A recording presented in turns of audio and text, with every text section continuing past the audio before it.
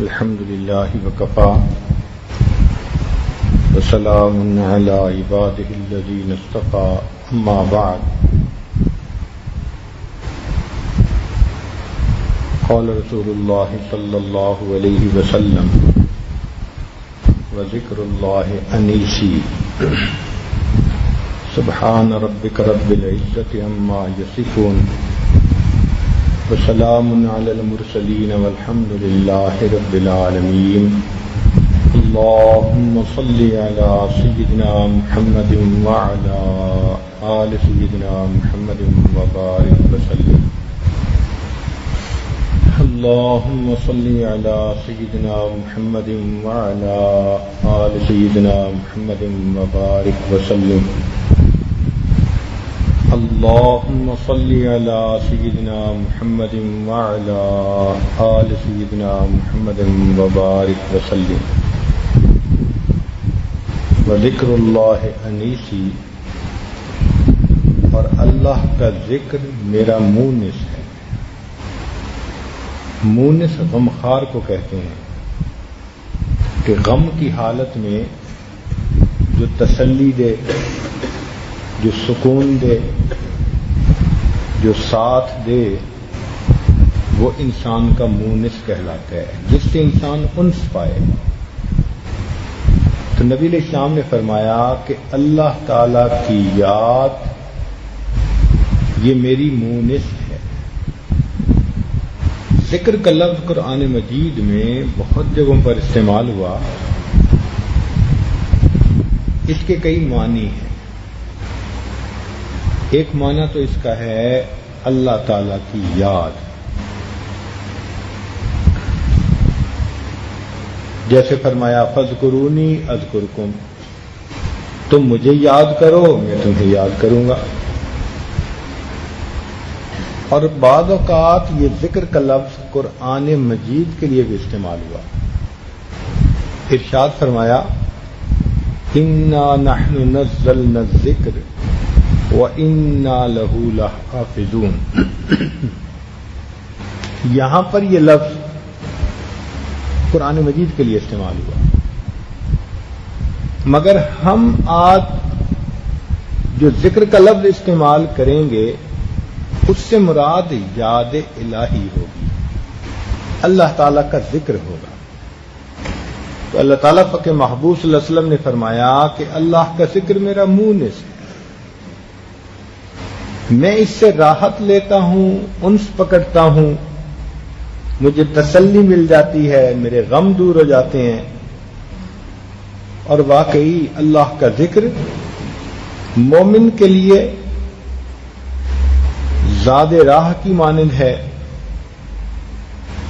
منشور کی مانند ہے کہ جس کو دکھا کر وہ اللہ کے ہاں مقبول بن سکتا ہے۔ یہ وہ پانی ہے کہ جو کھیتی کو دیا جائے تو کھیتی ہری ہو جاتی ہے۔ یہ اللہ تعالی کا ذکر انسانوں کے لیے بہت فوائد رکھتا ہے۔ چنانچہ انسان کی قلبی امراض کی شفا اس سے ملتی ہے۔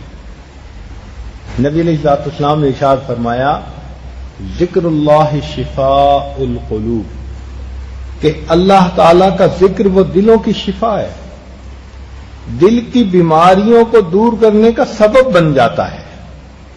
اس لیے کسی شاعر نے کہا فَإِذَا مَرِضْنَا تَدَاوَيْنَا بِذِكْرِكُمْ، فَإِذَا مَرِضْنَا تَدَاوَيْنَا بِذِكْرِكُمْ فَنَتْرُكُ الذِّكْرَ أَحْيَانًا فَنَسْتَقْصُ، کہ جب بھی ہم مریض بن جاتے ہیں تو اس کا علاج ہم آپ کی یاد سے کیا کرتے ہیں، اور اگر احیاناً ہم آپ کے ذکر کو بھول جائیں تو ہم اپنے منہ کے بل گر جاتے ہیں۔ نُكِسَ عَلَىٰ رُؤُوسِهِمْ قرآن مجید میں بھی استعمال ہوا۔ فَنَسْتَقْصُ کا مطلب یہ ہے کہ اگر ہم آپ کے ذکر کو احیاناً بھول جائیں تو یوں محسوس ہوتا ہے جیسے سر کے بل، منہ کے بل گر گئے۔ تو اللہ تعالیٰ کا ذکر ہماری ہر روحانی بیماری کا علاج ہے. اس کا ذکر اللہ تعالیٰ نے مقید بھی فرمایا اور مطلق بھی فرمایا. مقید اس طرح سے کہ فرمایا کہ سبحوہ بکرۃ و اصیلا، صبح و شام اللہ کی تسبیح بیان کرو، اس میں قید لگا دی گئی. اور کھلا ذکر اس کے بارے میں فرمایا کہ اذکروا اللہ ذکرا کثیرا، کثرت کے ساتھ کرو. تو کثرت کے ساتھ کرنے کا بھی حکم ہے.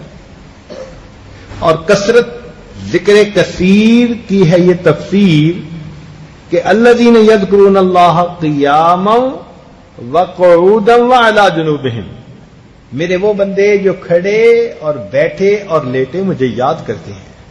یعنی ہر حال میں جو اللہ تعالیٰ کو یاد کرتے ہیں. تو اللہ تعالیٰ چاہتے ہیں کہ میرے بندے مجھے اتنا کثرت سے یاد کریں. اس لیے شیطان جب انسان پر حملہ آور ہوتا ہے نا تو پہلے وہ ذکر سے غافل کرتا ہے. اس کو پتہ ہے کہ پہلے یہ ذکر سے غافل ہوں گے تو پھر یہ نمازوں میں بھی غفلت کریں گے. توجہ فرمائیے، اللہ تعالیٰ قرآن مجید میں ارشاد فرماتے ہیں انما یرید الشیطان ان یوقع بینکم العداوۃ والبغضاء فی الخمر والمیسر ویصدکم عن ذکر اللہ وعن الصلاۃ. اور شیطان تمہیں روکنا چاہتا ہے اللہ کے ذکر سے اور نماز سے. تو ذکر کا تذکرہ پہلے آیا. اسی لیے جب انسان ذکر میں غافل ہوتا ہے تو پھر اس کی نمازوں پہ بھی شیطان حملہ آور ہو جاتا ہے. یہ غفلت ہی تو ہوتی ہے. کبھی فجر کی نماز نہ ملی، مدرسے رہے تو ساری نمازیں 5 وقت کی پابندی سے، اور گھر گئے تو 5 وقت کی پابندی نہیں ہو پاتی. کبھی فجر کی گئی، کبھی عشاء کی گئی. تو اصل میں ذکر کی کمی کی وجہ سے انسان غفلت کا شکار ہوتا ہے، اور پھر شیطان اس کو نماز پڑھنے سے بھی بالآخر روک دیتا ہے. اور جو بندہ اللہ تعالیٰ کے ذکر کو بھولتا ہے اللہ تعالیٰ اس کو اپنے آپ سے ہی بھلا دیتے ہیں. ارشاد فرمایا وَلَا تَكُونُوا كَالَّذِينَ نَسُوا اللَّهَ فَأَنسَاهُمْ أَنفُسَهُمْ. جو اللہ کو بھول گئے وہ اپنے آپ کو بھی بھول گئے، ان کو اپنی اصلاح کی بھی فکر نہیں رہتی. چنانچہ آپ دیکھیں گے کتنے لوگ ہیں جب اللہ تعالیٰ کی یاد سے غافل ہوتے ہیں تو اپنا سنورنا ان کے بس میں نہیں ہوتا، ان کو سنورنے کا شوق ہی نہیں ہوتا. چنانچہ ایک آدمی نے کسی دوسرے کا مال ناجائز طور پر لے لیا. اس نے کہا جی میں تو قیامت کے دن مطالبہ کروں گا. تو لینے والا کہتا ہے کہ بھلیا بندہ، وہاں تو اتنے لوگ ہوں گے میرا گریبان پکڑنے والے کہ تجھے جگہ ہی نہیں ملنی ہاتھ لگانے کی. اب بتاؤ کتنی غفلت کی بات ہے کہ بجائے اس کے کہ یہ کہے کہ ہاں بھائی میں تیرا حق تجھے واپس کر دوں گا، آگے سے بہانے بازی کر رہا ہے. شیطان اس کو بہانہ سکھا رہا ہے، جی وہاں تو اتنے پہلے ہی لوگ ہوں گے میرا گریبان پکڑنے والے، تجھے تو ہاتھ رکھنے کی جگہ ہی نہیں ملنی. تو کیا ہاتھ رکھنے کی جگہ نہ ملی تو اس کو حق نہیں ملے گا؟ آنکھیں بند، اپنی اصلاح اور اپنے آپ کو اچھے بنانے سے بالکل غافل. یہ وہ لوگ ہوتے ہیں کہ جن کو اللہ تعالیٰ ان کے اپنے آپ سے ہی بھلا دیتے ہیں. قرآن مجید میں اللہ تعالیٰ نے ذکر کثیر کے ساتھ فلاح ملنے کا تذکرہ فرمایا. چنانچہ ارشاد فرمایا وَاذْكُرُوا اللَّهَ كَثِيرًا لَعَلَّكُمْ تُفْلِحُونَ. تم اللہ کا ذکر کثرت سے کرو تاکہ تم فلاح پا جانے والے بن جاؤ. اب آخر کوئی تو اس میں تاثیر ہے نا. اللہ تعالیٰ اپنے قرآن میں فرماتے ہیں کہ تم کثرت سے اللہ کا ذکر کرنا لعلکم تفلحون، تاکہ تم فلاح پا جاؤ. تو اللہ تعالیٰ کی یاد سے انسان کو فلاح نصیب ہوتی ہے. ویسے بھی ایک عام دستور ہے کہ آدمی جب اپنے کسی دشمن پہ قابو پاتا ہے نا تو سب سے پہلے وہ مہلک ہتھیار اس سے چھین لیتا ہے. جب یہ فوجی آدمی کسی دشمن کو قابو میں لے تو پہلا کام کیا کرتے ہیں؟ کہتے ہیں ہینڈز اپ.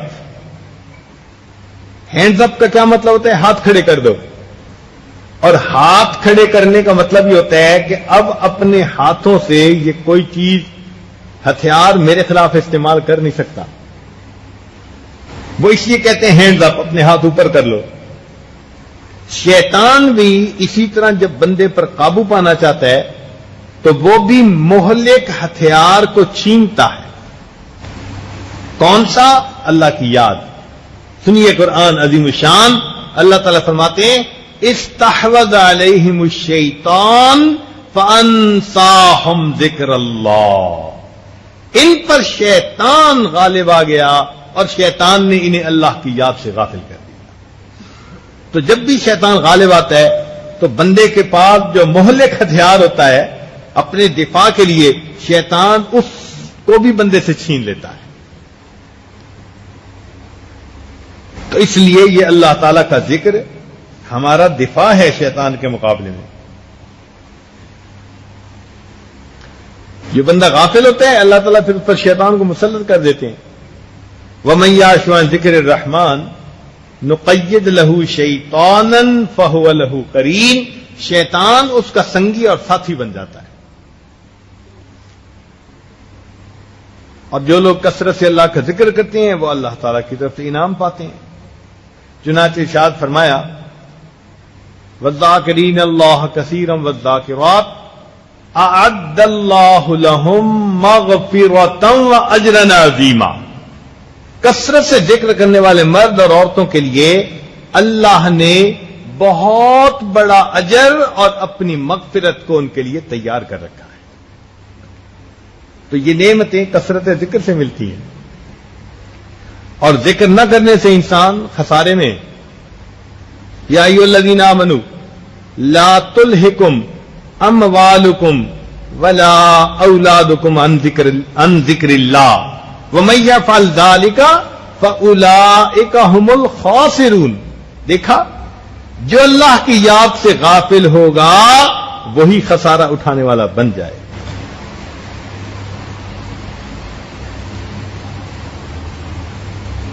اس لیے انسان کو چاہیے کہ اللہ تعالیٰ کا ذکر کثرت کے ساتھ کرے. یہ ذکر ہمارے پاس ہتھیار ہے اور ہمیں شیطان سے بچانے کا ایک بہت بڑا یہ عمل ہے. اس لیے ہمیں چاہیے ہم اللہ تعالیٰ کا ذکر کثرت کے ساتھ کریں. دیکھیں ذرا توجہ فرمائیے گا کہ ابرہہ اپنے لشکر کو لے کر چلا تھا کہ میں بیت اللہ شریف پر قبضہ کر لوں، پھر اس کو گرا دوں.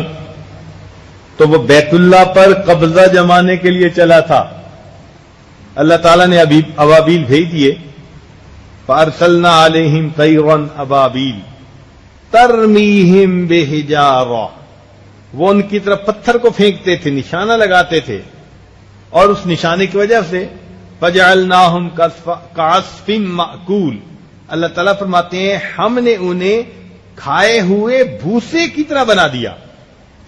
تو اللہ کے گھر پہ ابرہہ قبضہ جمانے کے لیے چلا تو پرندوں نے کنکریاں پھینکی اور جنہوں نے ان کو کھائے ہوئے بھوسے کی طرح بنا دیا.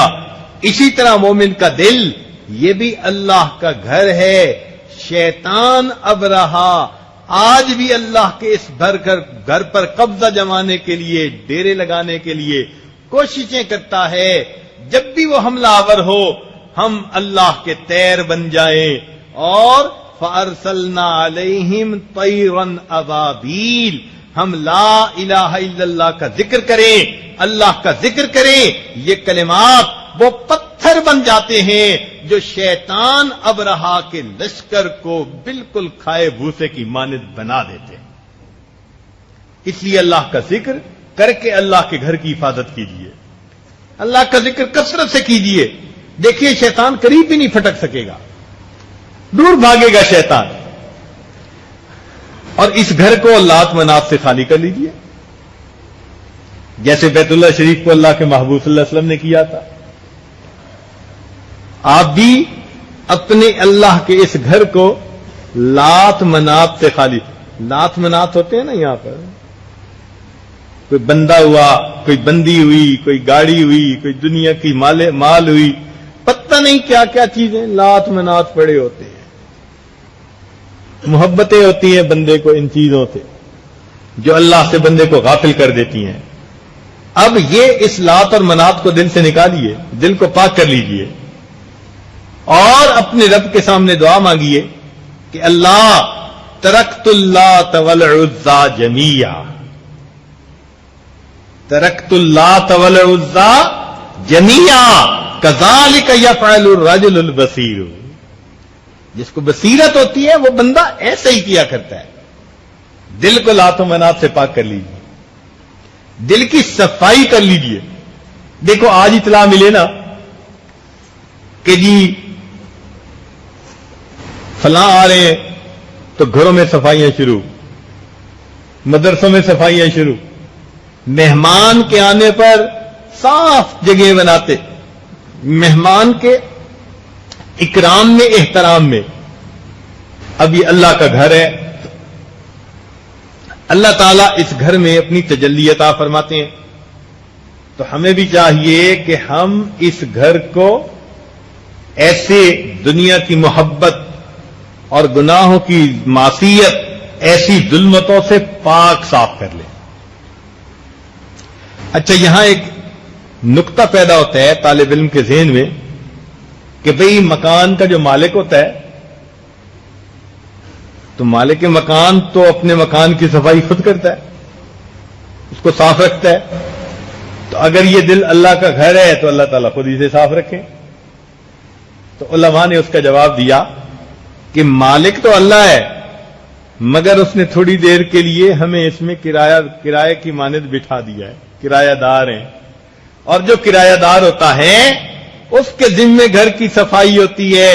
لہذا ہمیں اپنی زندگی میں اپنے دل کو گناہوں کی معصیت اور ظلمت سے صاف رکھنا ہے. اور ویسے بھی دنیا کا دستور ہے کہ جب مہمان گھر میں آئے تو مہمان کے ذمے صفائی نہیں ہوتی, میزبان کے ذمے ہوتی ہے. اے بندے تو میزبان ہے اور تیرا رب تیرے دل میں مہمان کی طرح ہے. فرمایا میرا گھر ہے, نہ میں زمینوں میں سماتا ہوں نہ آسمانوں میں سماتا ہوں, میں مومن بندے کے دل میں سما جاتا. تو اللہ رب العزت تو مہمان ہے, تو مکان کو تو ہم نے صاف کرنا ہے. اس لیے اس دل کو پاک صاف کرنے کی ہمیں ضرورت ہے. اور ایک اور علمی نکتہ کہ اللہ تعالی نے شیطان کو کیوں دھتکارا بتائیے. اس نے آدم علیہ السلام کو سجدہ نہ کیا, آدم علیہ السلام کو سجدہ نہ کیا. اللہ تعالی نے فرمایا فخرج منہا فإنک رجیم. چنانچہ شیطان کو جنت سے نکال دیا گیا. اب اللہ تعالیٰ فرماتے ہیں میرے بندے, میں نے تیری خاطر شیطان کو جنت سے نکال دیا, یہ تیرا بھی دشمن میرا بھی دشمن, کیا تو اس شیطان کو میری خاطر اپنے دل کے گھر سے باہر نہیں نکال سکتا؟ میں نے تیری خاطر اس کو نکال دیا, تو بھی میری خاطر اس دل کو, اس شیطان کو اپنے دل سے دور کر دے. اب اپنے دل سے دور ہم کیسے کریں شیطان کو؟ اس کا ایک ہی طریقہ ہے کہ اللہ رب العزت کا ذکر کثرت کے ساتھ کریں. جب کثرت سے کریں گے شیطان کا داؤ نہیں چلے گا. حدیث پاک میں حضرت شیخ الحدیث رحمۃ اللہ نے لکھا کہ شیطان جاسم علی قلب آدم بنی آدم, کہ بنی آدم کے دل کی طرف اپنا رخ کر کے بیٹھا ہوتا ہے اور اس کا سونڈ ہوتا ہے. تو جب دل ذکر کر رہا ہوتا ہے تو یہ آگے نہیں کچھ عمل کر سکتا. جیسے ہی دل غافل ہوتا ہے یہ فوراً اپنا سونڈ دل کے اندر داخل کر کے انجیکشن کی طرح شیطانی وساوس بندے کے اندر داخل کر دیتا ہے. اب جو نوجوان کہتے ہیں کہ جی وسوسے بڑے آتے ہیں, تو وہ سمجھ لیں کہ شیطان کا ٹیکا پکا لگا ہوا ہے. کئی تو ہوتے ہیں نا ڈاکٹر کے وہ ٹیکا لگاتے ہیں اور کئی دفعہ بوتل لگا دیتے ہیں، وہ بوتل ایک ہی دفعہ لگتی ہے. تو جو کہے نا جی کہ مجھے تو شیطانی وساوس بہت آتے ہیں، وہ سمجھ لے کہ شیطان اپنی بوتل فٹ کر چکا ہے. اب اس میں سے قطرہ قطرہ جیسے ادھر ملتا رہتا ہے نا خون میں خوراک، اسی طرح انسان کے دل میں شیطانی وسوسے، نفسانی شہوانی خیالات وہ کثرت سے آتے چلے جاتے ہیں. یہ بوتل لگی ہوئی ہے، اس مصیبت سے جان چھڑائیے. یہ ہمارے لیے زہر ہے، یہ ہمیں اللہ سے دور کر دیتی ہے، اور جو چیز بھی اللہ سے دور کر دے وہ چیز ہمارے لیے بہت نقصان دہ ہے. اس لیے لکل شیء اذا فارقتہ عوض، اگر تو کسی چیز سے دور ہو گیا تیرے لیے اس کا کوئی نہ کوئی بدل موجود ہے. ولیس للہ ان فارقت من عوضی، اے بندے تو اللہ سے جدا ہو گیا تو تجھے اللہ کا بدل کوئی اور نہیں مل سکتا. اللہ سے دعا بھی مانگے. رابعہ بصری کے بارے میں آتا ہے کہ رات تہجد میں اٹھتی تھی اور اللہ سے دعا مانگتی تھی، اے اللہ جس طرح آپ نے آسمان کو زمین پر گرنے سے روک دیا، شیطان کو مجھ پر مسلط ہونے سے روک دیجیے. پھر دیکھیں اللہ تعالیٰ کیسے شیطان کو بھگاتے ہیں دور. اور ویسے بھی آپ اگر کسی گھر جائیں اور راستے میں کتا بیٹھا ہو تو طریقے تو دو ہیں، یا تو آپ کتے کے ساتھ خود الجھ پڑیں، اس کو ماریں اور وہ آپ کو کاٹنے بھاگے. اب دیکھیں جیتتا کون ہے. اور دوسرا طریقہ یہ ہے کہ آپ مالک کو ہی کہہ دیں اور جی ذرا اس کو اشارہ کر دیجئے، تو وہ مالک کتے کو ایک اشارہ کرتا ہے، کتا دبک کے بیٹھ جاتا ہے. شیطان کی مثال کتے کی مانند ہے. اگر یہ نیکی کے راستے میں ہمارے رکاوٹ بنتا ہے تو ہم اپنے مالک سے فریاد کریں، اے مالک الملک اس مردود کو ذرا اشارہ کر دیجئے تاکہ یہ دفع دور ہو جائے، ہمارے راستہ چھوڑ دے. جب اللہ کے ارادہ فرما لیا تو اللہ تعالی ہمیں شیطان کے ہتھ کنڈوں سے بالکل محفوظ فرما لیں گے. قرآن گواہی دے رہا ہے. اللہ تعالی فرماتے ہیں ان عبادی لیس لک علیہم سلطان، جو میرے بندے ہیں شیطان تیرا ان کے اوپر کوئی قابو چل نہیں سکتا. تو بھی ہم اللہ تعالیٰ سے دعا مانگے، اے اللہ ہمیں بھی ایسا دل دے دیجئے، ہمیں بھی ایسی نعمت عطا فرما دیجئے کہ شیطان ہمارے قریب ہی پھٹکنے نہ پائے. ہم گناہ کرنا تو کجا، گناہ کے موقع سے بھی بچیں. سمجھ رہے؟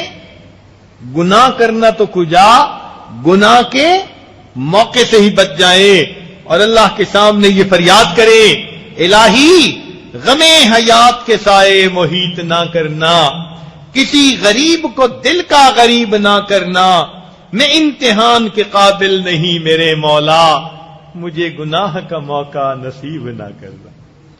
اے مولا گناہ کا موقع ہی نصیب نہ کرنا. میں نہیں بچ سکتا، میں بہت کمزور ہوں، میرے مولا مجھے گناہ کے موقعوں سے بچا لے. یوں جب انسان اللہ کے سامنے فریاد کرتا ہے پھر اللہ اپنے ایسے بندوں کو گناہوں سے بچا لیا کرتا ہے.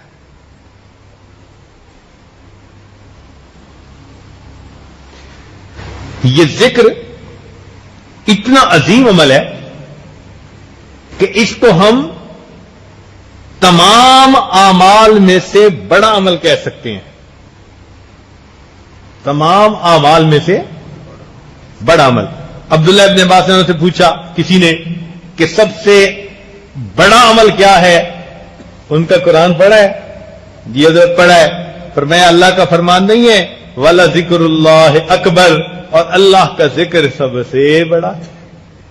عبداللہ ابن عباس نے یہ بات کہی. یقیناً یہ افضل الاعمال ہے، بلکہ شریعت نے ہر عمل کے اختتام پر ذکر ہی کا حکم دیا. ہر عمل کے اختتام پر کس کا حکم دیا؟ ذکر کا حکم دیا. مثال سن لیجیے، اب توجہ فرمائیے، بڑی مزے کی بات ہے. نماز کے بعد اللہ کا ذکر. اللہ تعالیٰ فرماتے ہیں فَإِذَا قُضِيَتِ الصَّلَاةُ فَانتَشِرُوا فِي الْأَرْضِ وَابْتَغُوا مِنْ فَضْلِ اللَّهِ. آگے کیا فرمایا؟ وَاذْكُرُوا اللَّهَ كَثِيرًا. دیکھا نماز کے اختتام پر ذکر کا حکم دیا جا رہا ہے. پھر آگے دیکھیے روزہ عبادت ہے. اب روزوں کی عبادت کب ختم ہوتی ہے؟ جب روزے ختم ہو جاتے ہیں.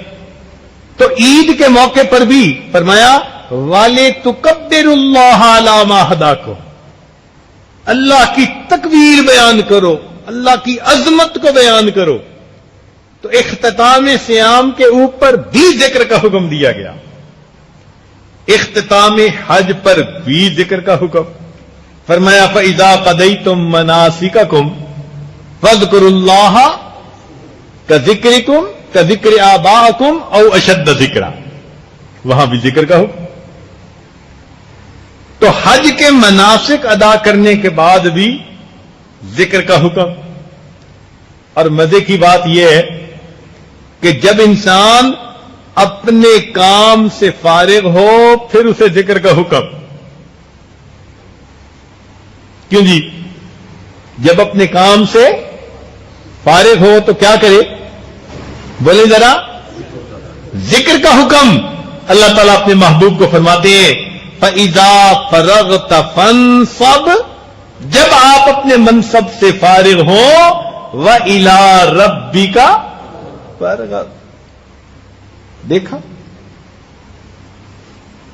نبی علیہ الصلوۃ والسلام پوری زندگی دین کا کام کر چکے. آخری وقت جب آیا ذکر کا حکم. اذا جاء نصر اللہ والفتح ورأیت الناس يدخلون فی دین اللہ افواجا. آگے کیا فرمایا؟ فسبح بحمد ربک واستغفر. دیکھ ذکر کا حکم. اللہ کی تسبیح بیان کیجئے, اور اسی کو تو ذکر کہتے ہیں. اور تو اور زندگی کے اختتام پر بھی ذکر کا حکم. زندگی کے اختتام پر بھی ذکر کا حکم. چنانچہ اللہ تعالیٰ فرماتے ہیں نبی علیہ السلام نے ارشاد فرمایا, ایک آدمی نے جب پوچھا کہ مجھے کوئی بہت افضل عمل بتا دیجیے, نبی علیہ السلام نے فرمایا ان تفارق الدنیا ولسانک رطبا من ذکر اللہ. کہ تو دنیا میں اس حال سے جدا ہو کہ تیری زبان اللہ کے ذکر سے تر ہو رہی. کتنی عجیب بات ہے کہ دنیا سے انسان جدا ہو تو آخری عمل کیا ہو. اس لیے دوسری حدیث میں آتا ہے کہ من کان آخر کلامہ ہی لا الہ الا اللہ دخل جنت میں داخل ہو گیا. اللہ کی یاد دیکھو. تمنا ہونی چاہیے کہ آخری لمحے میں ہماری زبان پر لا الہ الا اللہ کے جو ہے الفاظ ہوں. جن لوگوں نے محنت کی ان کو اللہ نے یہ نعمت عطا فرمائی. چنانچہ ایک بزرگ تھے ننے میاں بھوپالی, نقشبندی بزرگ تھے. ان کی عجیب موت آئی. لکھا ہے کہ آخری وقت جب آیا تو لوگ پاس بیٹھے ہوئے تھے, کہنے لگے وہ دیکھو اسرائیل آ گئے. سب کو کہنے لگے وہ دیکھو اسرائیل آ گئے. لوگ حیران ہوئے, کہنے لگے اچھا السلام علیکم. یہ الفاظ کہہ کر پھر کہنے لگے لا الہ الا اللہ محمد الرسول اللہ, اور اس کے ساتھ ہی ان کی روح قبض ہو گئی. اللہ اکبر کبیرہ. نبی علیہ السلام نے ارشاد فرمایا کما تعیشون تموتون. تم جس حال میں زندگی گزارو گے تمہیں اس حال میں موت آئے گی. تو جو لوگ اپنی زندگی میں ہر وقت اللہ کی یاد کی کوشش کرتے ہوں گے, میں یقین سے کہہ سکتا ہوں اللہ رب العزت مہربان ہے. ان کے زندگی کے استقامت والے عمل کی وجہ سے اللہ ان کو موت بھی ذکر پہ عطا فرما دے. یہ کیسے ہو سکتا ہے؟ ساری زندگی ذکر کی محنت کرے اور آخری وقت اس کو غفلت کے ساتھ آ جائے. ایسا نہیں ہوتا. کما تعیشون تموتون. جس ڈھب پہ زندگی گزارو گے تمہیں اسی حال میں موت آئے گی. ہم اللہ کی یاد میں زندگی گزاریں گے تو ہمیں موت بھی اللہ کی یاد میں آئے گی. چنانچہ ایک بزرگ تھے ابو زرعہ رحمت اللہ علیہ، بڑے محدث تھے. بڑا عجیب واقعہ ہے. ان کا ایک شاگرد تھا، نئی نئی شادی ہوئی اور ابتدائی دنوں میں ہی ایک دن اس کو گھر جانے میں دیر ہو گئی تو بیوی اس سے ناراض ہونے لگ گئی. آپ تو جاتے ہیں تو آپ کو تو پیچھے کسی کا احساس ہی نہیں ہوتا، پیچھے تو مر جاتے ہیں سارے اور بس آپ کو تو کوئی یاد ہی نہیں ہوتا. اس نے کہا اللہ کی بندی، میں تو علم حاصل کرنے کے لیے گیا. اس نے کہا تجھے کیا علم ملے گا، تیرے استاد کو تو کچھ آتا جاتا نہیں. اب اس خدا کی بندی نے جب غصے میں استاد کو کچھ کہہ دیا، یہ بھی نوجوان تھا، آگ تھی، بھڑک اٹھا اور اس کو کہنے لگا اگر میرے استاد کو 1,00,000 حدیثیں نہ یاد ہوں تو پھر تجھے میری طرف سے 3 طلاق ہے. چل، اس نے اپنی بات کر ماری. اب رات تو جو ہے الگ الگ گزار لی. صبح بیوی نے پوچھا کہ جی آپ نے کنڈیشنل طلاق دی تھی، مشروط کہ اگر میرے استاد کو 1,00,000 حدیثیں یاد نہ ہو تو طلاق. اب بتائیں طلاق واقع ہوئی یا نہیں؟ اس نے کہا یہ تو میں استاد سے پوچھوں گا. چنانچہ اپنے استاد کے پاس آیا، ڈر بھی لگ رہا تھا، شرم بھی آ رہی تھی، کر کیا بیٹھا؟ حضرت مجھے بتائیں میں ایسا کہہ بیٹھا ہوں. تو وہ بزرگ مسکرائے، فرمانے لگے جاؤ اپنی بیوی کے ساتھ اچھا وقت گزارو، میاں بیوی بن کے رہو، اس لیے کہ 1,00,000 حدیثیں مجھے اس طرح یاد ہیں جیسے لوگوں کو سورہ فاتحہ یاد ہوا کرتی ہے. یہ ابو زرعہ رحمت اللہ علیہ جنہوں نے اس طرح دین کا کام کیا، ان کے بارے میں آتا ہے کہ آخری لمحات تھے ان کے اور شاگرد قریب تھے. اب شاگرد جو تھے وہ سوچتے تھے کہ ہم کلمے کی تلقین کریں. شریعت کا حکم ہے کہ جو بندہ فوت ہونے کے قریب ہو اس کو کلمے کی تلقین کرنی چاہیے. تلقین سے کیا مراد؟ کلمہ یاد کروانا چاہیے. اب یوں نہیں کہنا چاہیے کہ اس کو بندہ کہے کہ تو کلمہ پڑھ، آگے سے وہ انکار کر دے یا نہ پڑھے تو مجرم بنے، بلکہ اس کے سامنے خود کلمہ پڑھ دینا چاہیے ذرا مناسب آواز سے، تاکہ اس کو اپنا سبق یاد آ جائے. اس کو تلقین کہتے ہیں. بات سمجھ آ گئی؟ اور آج کے زمانے میں تو بہت کم لوگ تلقین کرتے ہیں، بہت کم لوگ. سب سے بڑی مصیبت تو ڈاکٹر ہوتے ہیں. ادھر مرنے والا ایمرجنسی میں پہنچا، ادھر انہوں نے بے ہوشی کے ٹیکے لگا دیے. یاد رکھنا ایک سبق کہ جب کوئی آدمی مرنے کے قریب ہو، ڈاکٹر کو سختی سے منع کریں کہ اس کو بے ہوشی کا ٹیکہ آپ نہیں لگا سکتے. اگر اس نے لگا دیا تو بندے کے پاس کلمہ پڑھنے کی توفیق بھی نہیں ہوتی. ڈاکٹروں کو عقل مندی کرنی چاہیے. ایسے موقع پہ یہ اس کو تکلیف نہیں ہوگی، اگر اس کو تکلیف ہوگی یہ اس کے گناہوں کا کفارہ بن جائے گا. پتہ نہیں اللہ تعالیٰ اس موت کی سکرات کی وجہ سے اس کے کن کن کبیرہ گناہوں کو معاف فرما دے. صرف اس وجہ سے بندے کو بے ہوش کر دینا یہ کہاں کی بات ہے؟ تو یاد رکھیں اگر آپ کو بھی کسی بندے کے پاس ہوں، اس کو بے ہوشی کا ٹیکہ نہیں لگانے دینا، نمبر 1. اور نمبر 2، اس بندے کو آپ تلقین کر دیں، اونچی آواز سے کلمہ پڑھ دیں. کلمہ پڑھنے سے اس کو یاد آ جائے گا، وہ بھی کلمہ پڑھنا شروع کر دے گا. ہم نے دیکھا بندہ آخری وقت میں ہے، اضطراب میں ہے. ایک بیٹا آتا ہے، ابا کیا حال ہے؟ دوسرا آتا ہے، ابا مجھے پہچانا؟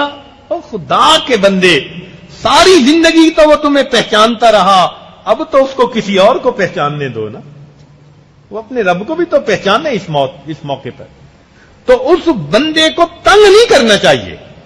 اوپر والے لوگ مرنے والے کے مرنے کو عذاب بنا دیتے ہیں. ایسے موقع پہ کبھی اس کو بار بار ڈسٹرب نہ کریں، بس پاس رہیں اور ذرا مناسب آواز سے کلمہ پڑھ دیں. آواز اس تک پہنچ جائے، اس کو کلمہ یاد آ جائے گا، یہ تلقین ہو جائے گی، آپ کا فریضہ پورا ہو جائے گا. بات کی سمجھ آ گئی؟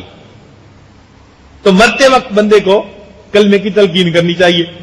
اب تو طلباء سوچنے لگے کہ یہ تو ہمارے استاد ہیں، ہم ان کو کلمہ کیسے یاد دلائیں؟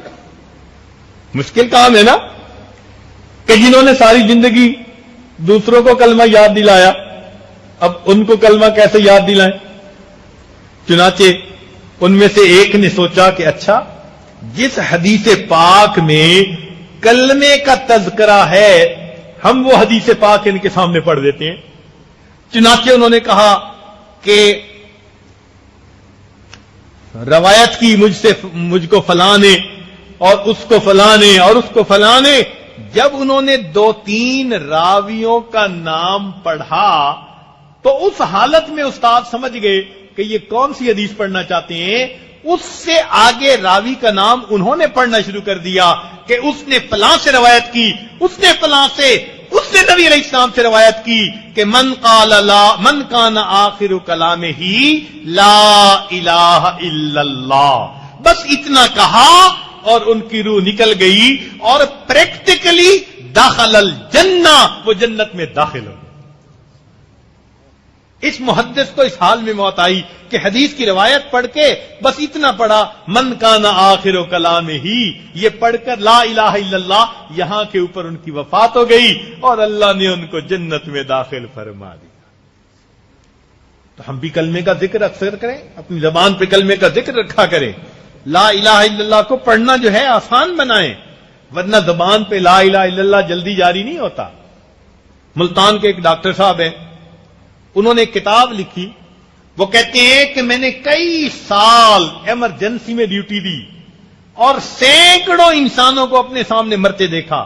میں ان کو تلقین کرتا تھا مگر ان میں سے زیادہ لوگ وہ ہوتے تھے تلقین کے باوجود کلمہ پڑھنے کی قدرت نہیں رکھتے تھے. ایسے لگتا تھا زبان پہ فالج ہو گیا، اب وہ پڑھنا بھی چاہیں تو پڑھ نہیں سکتے. یہ گاڑی کا سٹیئرنگ اللہ نے ساری زندگی تیرے ہاتھ میں دیا، تو نے اس کو کلمے پہ استعمال نہ کیا، اب موت کے وقت اس پر فالج ڈال کے سٹیئرنگ کا کنٹرول ہی تو جسے واپس لے لیا جائے گا. تو اس سے پہلے کہ زبان فالج زدہ بنے، ہم اپنی زبان سے اللہ کے کلمے کو کثرت سے پڑھ لیں، چلتے پھرتے اٹھتے بیٹھتے لا الہ الا اللہ، لا الہ الا اللہ، لا الہ الا اللہ، اور کبھی کبھی ساتھ محمد الرسول اللہ بھی پڑھا کریں. طلباء کو بالخصوص آتے جاتے راستوں میں چلتے پھرتے یہ ذکر جو ہے یہ کثرت کے ساتھ کرنا چاہیے.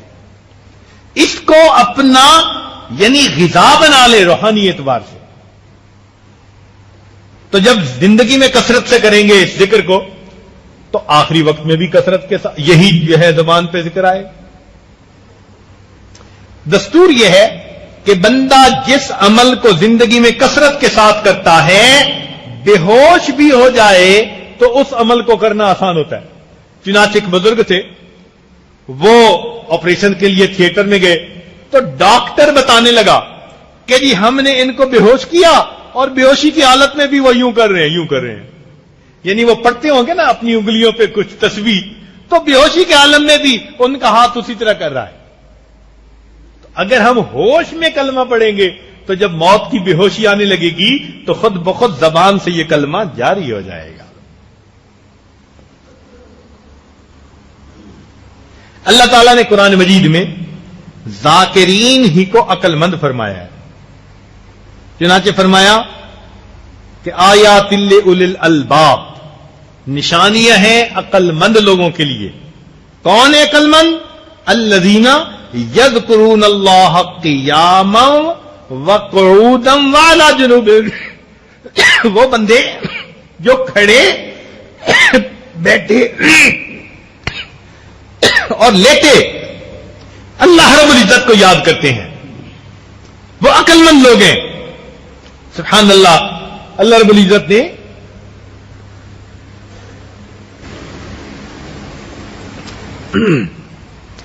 ذکر کرنے والے لوگوں کو قرآن مجید میں عقل مند فرمایا. اب ایک بات ذرا اور سنیے توجہ سے. یہ جو اللہ کا ذکر ہے نا، سن رہے ہیں؟ توجہ سے سن رہے ہیں نا؟ اللہ تعالی کا ذکر روح الاعمال ہے. اللہ تعالیٰ کا ذکر کیا ہے؟ جیسے ہمارے جسم میں ایک روح ہے، ایسے ہی اللہ کا ذکر روح الاعمال ہے. اگر اللہ کا ذکر نہ ہو تو اعمال بے جان ہو جاتے ہیں. اعمال میں سے سب سے اعلیٰ اول جو فرائض میں سے ہے وہ نماز ہے. اللہ تعالیٰ قرآن مجید میں فرماتے ہیں اقم الصلاۃ لذکری، نماز قائم کیجئے میری یاد کی خاطر. تو نماز کا مقصود بھی کیا ہوا؟ اللہ کی یاد. اور جس میں اللہ کی یاد نہیں وہ نماز ہی نہیں ہوتی. تو اس لیے نماز روح الاعمال ہے.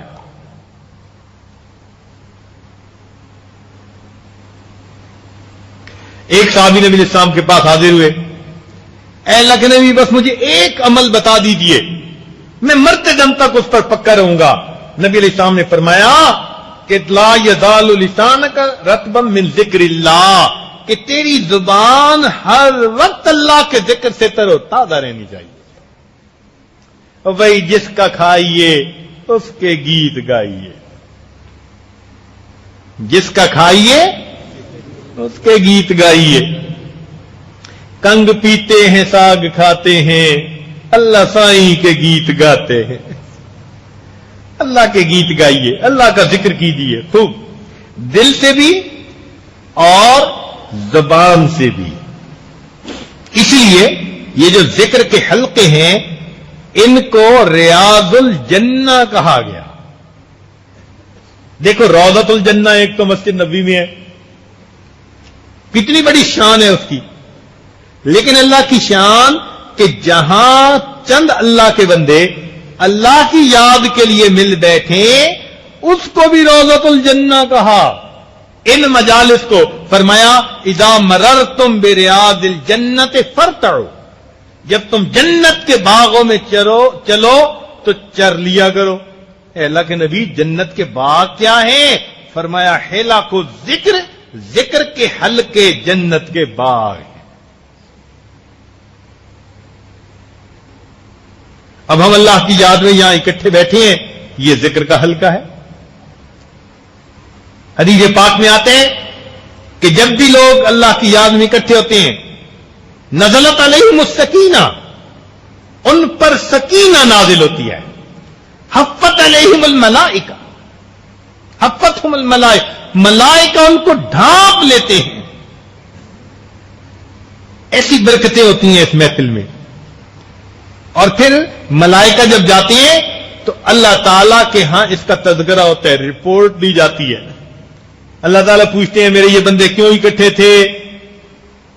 من بلاد شتى وقبائل شتى، مختلف شہروں کے مختلف قبیلوں کے فرشتے کہتے ہیں اللہ آپ کو یاد کرنے کے لیے اکٹھے تھے. اللہ فرماتے ہیں گواہ رہنا میں نے ان سب کے گناہوں کی بخشش فرما دی. ان میں سے ایک فرشتہ کہتا ہے اللہ ایک بندہ تو راستہ گزرنے والا تھا، وہ ویسے ہی کھڑا ہو گیا تھا کہ یہ کیا ہو رہا ہے، وہ کوئی ذکر کی نیت لے کے تو نہیں آیا تھا. تو فرمایا گیا کہ ہم رجال لا یشقى جلیسہم، یہ میرے وہ بندے ہیں ان کے پاس بیٹھنے والا بھی بدبخت نہیں ہو سکتا. ہم نے اس کی بھی مغفرت کر دی. اس لیے حدیث پاک میں فرمایا گیا مثل الذی یذکر ربہ والذی لا یذکر ربہ کمثل الحی والمیت. جو شخص زندہ ہے اس کی مثال زندہ کی، جو ذکر کرتا ہے اس کی مثال زندہ کی مانند، اور جو ذکر نہیں کرتا اس کی مثال مردہ کی مانند. اور دیکھیے فرشتے تو سب اللہ کا ذکر کرتے ہیں. فرشتے کیا کرتے ہیں؟ اللہ کا ذکر کرتے ہیں. ہر لمحے اللہ تعالیٰ فرماتے ہیں وَمَنْ عِنْدَهُ لَا يَسْتَكْبِرُونَ عَنْ عِبَادَتِهِ وَلَا يَسْتَحْسِرُونَ يُسَبِّحُونَ اللَّيْلَ وَالنَّهَارَ لَا يَفْتُرُونَ. وہ دن رات اللہ کا ذکر کرتے ہیں، لا یفترون، ان کے لیے افطار نہیں ہے. ہر وقت اللہ کا ذکر. اب فرشتوں کا تو حال یہ ہو گیا، باقی رہ گئی یہ دنیا، اس میں انسان کے سوا جو کچھ ہے وہ اللہ کا ذکر کر رہی ہے۔ اللہ تعالیٰ قرآن مجید میں فرماتے ہیں وَإِن مِّن شَيْءٍ إِلَّا يُسَبِّحُ بِحَمْدِهِ، جو کوئی بھی چیز ہے وہ اللہ کے حمد، اس کی تسبیح بیان کر رہی ہے۔ وَلَٰكِن لَّا تَفْقَهُونَ تَسْبِيحَهُمْ، تم ان کی تسبیح کو سمجھ ہی نہیں سکتے، ہمیں سمجھ نہیں آتی۔ یہ فضائیں، یہ ہوائیں، یہ مٹی، یہ درخت، یہ شجر، یہ حجر، ساری مخلوق اپنے پروردگار کا ذکر کر رہی ہے۔ ایک انسان ہے، اس کو اللہ نے اختیار دے دیا، اب ہم بھی اگر ذاکر بن جائیں تو ساری مخلوق کے ساتھ ہمارا بھی شمار ہو جائے، ہم بھی زندوں میں شمار ہو جائیں، اور اگر ذکر نہیں کریں گے تو مردوں میں شمار ہوں گے۔ پتہ نہیں اللہ کے دفتر میں ہمارا نام زندوں میں لکھا ہے یا ہمارا نام مردوں میں لکھا ہے۔ اللہ کو یاد کیجئے اور اپنا نام زندہ لوگوں میں لکھوا لیجئے۔ اس لیے یاد کا مقام انسان کا دل ہوتا ہے۔ آپ سنتے ہیں نا کہ کئی مرتبہ ایک ماں کا بیٹا باہر ملک گیا ہوا نا، سعودی عرب گیا ہوا ہے، فون کرتا ہے تو ماں آگے سے جواب دیتی ہے بیٹا میرا دل تجھے بہت یاد کرتا ہے۔ وہ کبھی کہتی ہے میری زبان تجھے بہت یاد کرتی ہے، کبھی کہا اس نے میری زبان تجھے بہت یاد کرتی ہے؟ ہمیشہ کہے گی میرا دل تجھے یاد کرتا ہے۔ معلوم ہوا یاد کا مقام انسان کا دل ہے، زبان سے اس کا اظہار ہوا کرتا ہے، تو یاد انسان کے دل میں ہوتی ہے۔ ہم بھی اللہ کی یاد کو اپنے دل میں بسا لیں، دل میں اللہ تعالی کی یاد سما جائے، ہمارا دل اللہ تعالی کی یاد میں ہر وقت مشغول رہے۔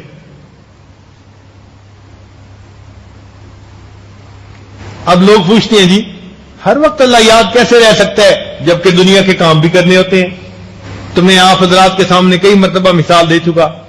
ایک آدمی سڑک پہ سفر پہ جا رہا ہے، اچانک اس کے سامنے ایک ایکسیڈنٹ ہوتا ہے، دیکھتا ہے کہ گاڑی ٹکرائی اور بندے مر گئے، خون نکل رہا ہے، چیخ و پکار ہے، عجیب منظر ہے۔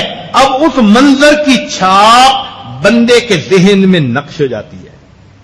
وہ تھوڑی دیر بعد جب گھر کی طرف جاتے ہیں نا تو راستے میں جا تو رہا ہوتا ہے، سوچ ایکسیڈنٹ کے بارے میں رہا ہے۔ گھر پہنچتا ہے تو بیوی سے ملتے ہی سلام دعا کرتا ہے اور اسے ایکسیڈنٹ کے بارے میں بتاتا ہے، بچوں کو ایکسیڈنٹ کے بارے میں، دوست کا فون آتا ہے اس کو ایکسیڈنٹ کے بارے میں بتاتا ہے۔ اگلے دن دفتر کام کرنے جاتا ہے تو چیک پہ سائن بھی کر رہا ہے، کسی دوست کا فون آیا اسے ایکسیڈنٹ کے بارے میں، کوئی ملنے آیا اسے ایکسیڈنٹ کے بارے میں، حتیٰ کہ جب شام کو گھر واپس آتا ہے اور بیوی بچوں کے ساتھ کھانا کھانے بیٹھتا ہے تو اس وقت بھی کہتا ہے میں کیا کروں، بس مجھے وہ منظر بھول ہی نہیں رہا۔ یاد رکھیں جس طرح وہ منظر بندے کے ذہن میں نقش ہو گیا اب وہ اسے بھولتا ہی نہیں، اسی طرح اللہ والوں کے دل میں اللہ کا نام ایسے نقش ہو جاتا ہے کہ وہ اللہ رب العزت کو بھولتے ہی نہیں، ہر وقت ان کی توجہ اللہ کی طرف، اٹھتے بیٹھتے چلتے پھرتے۔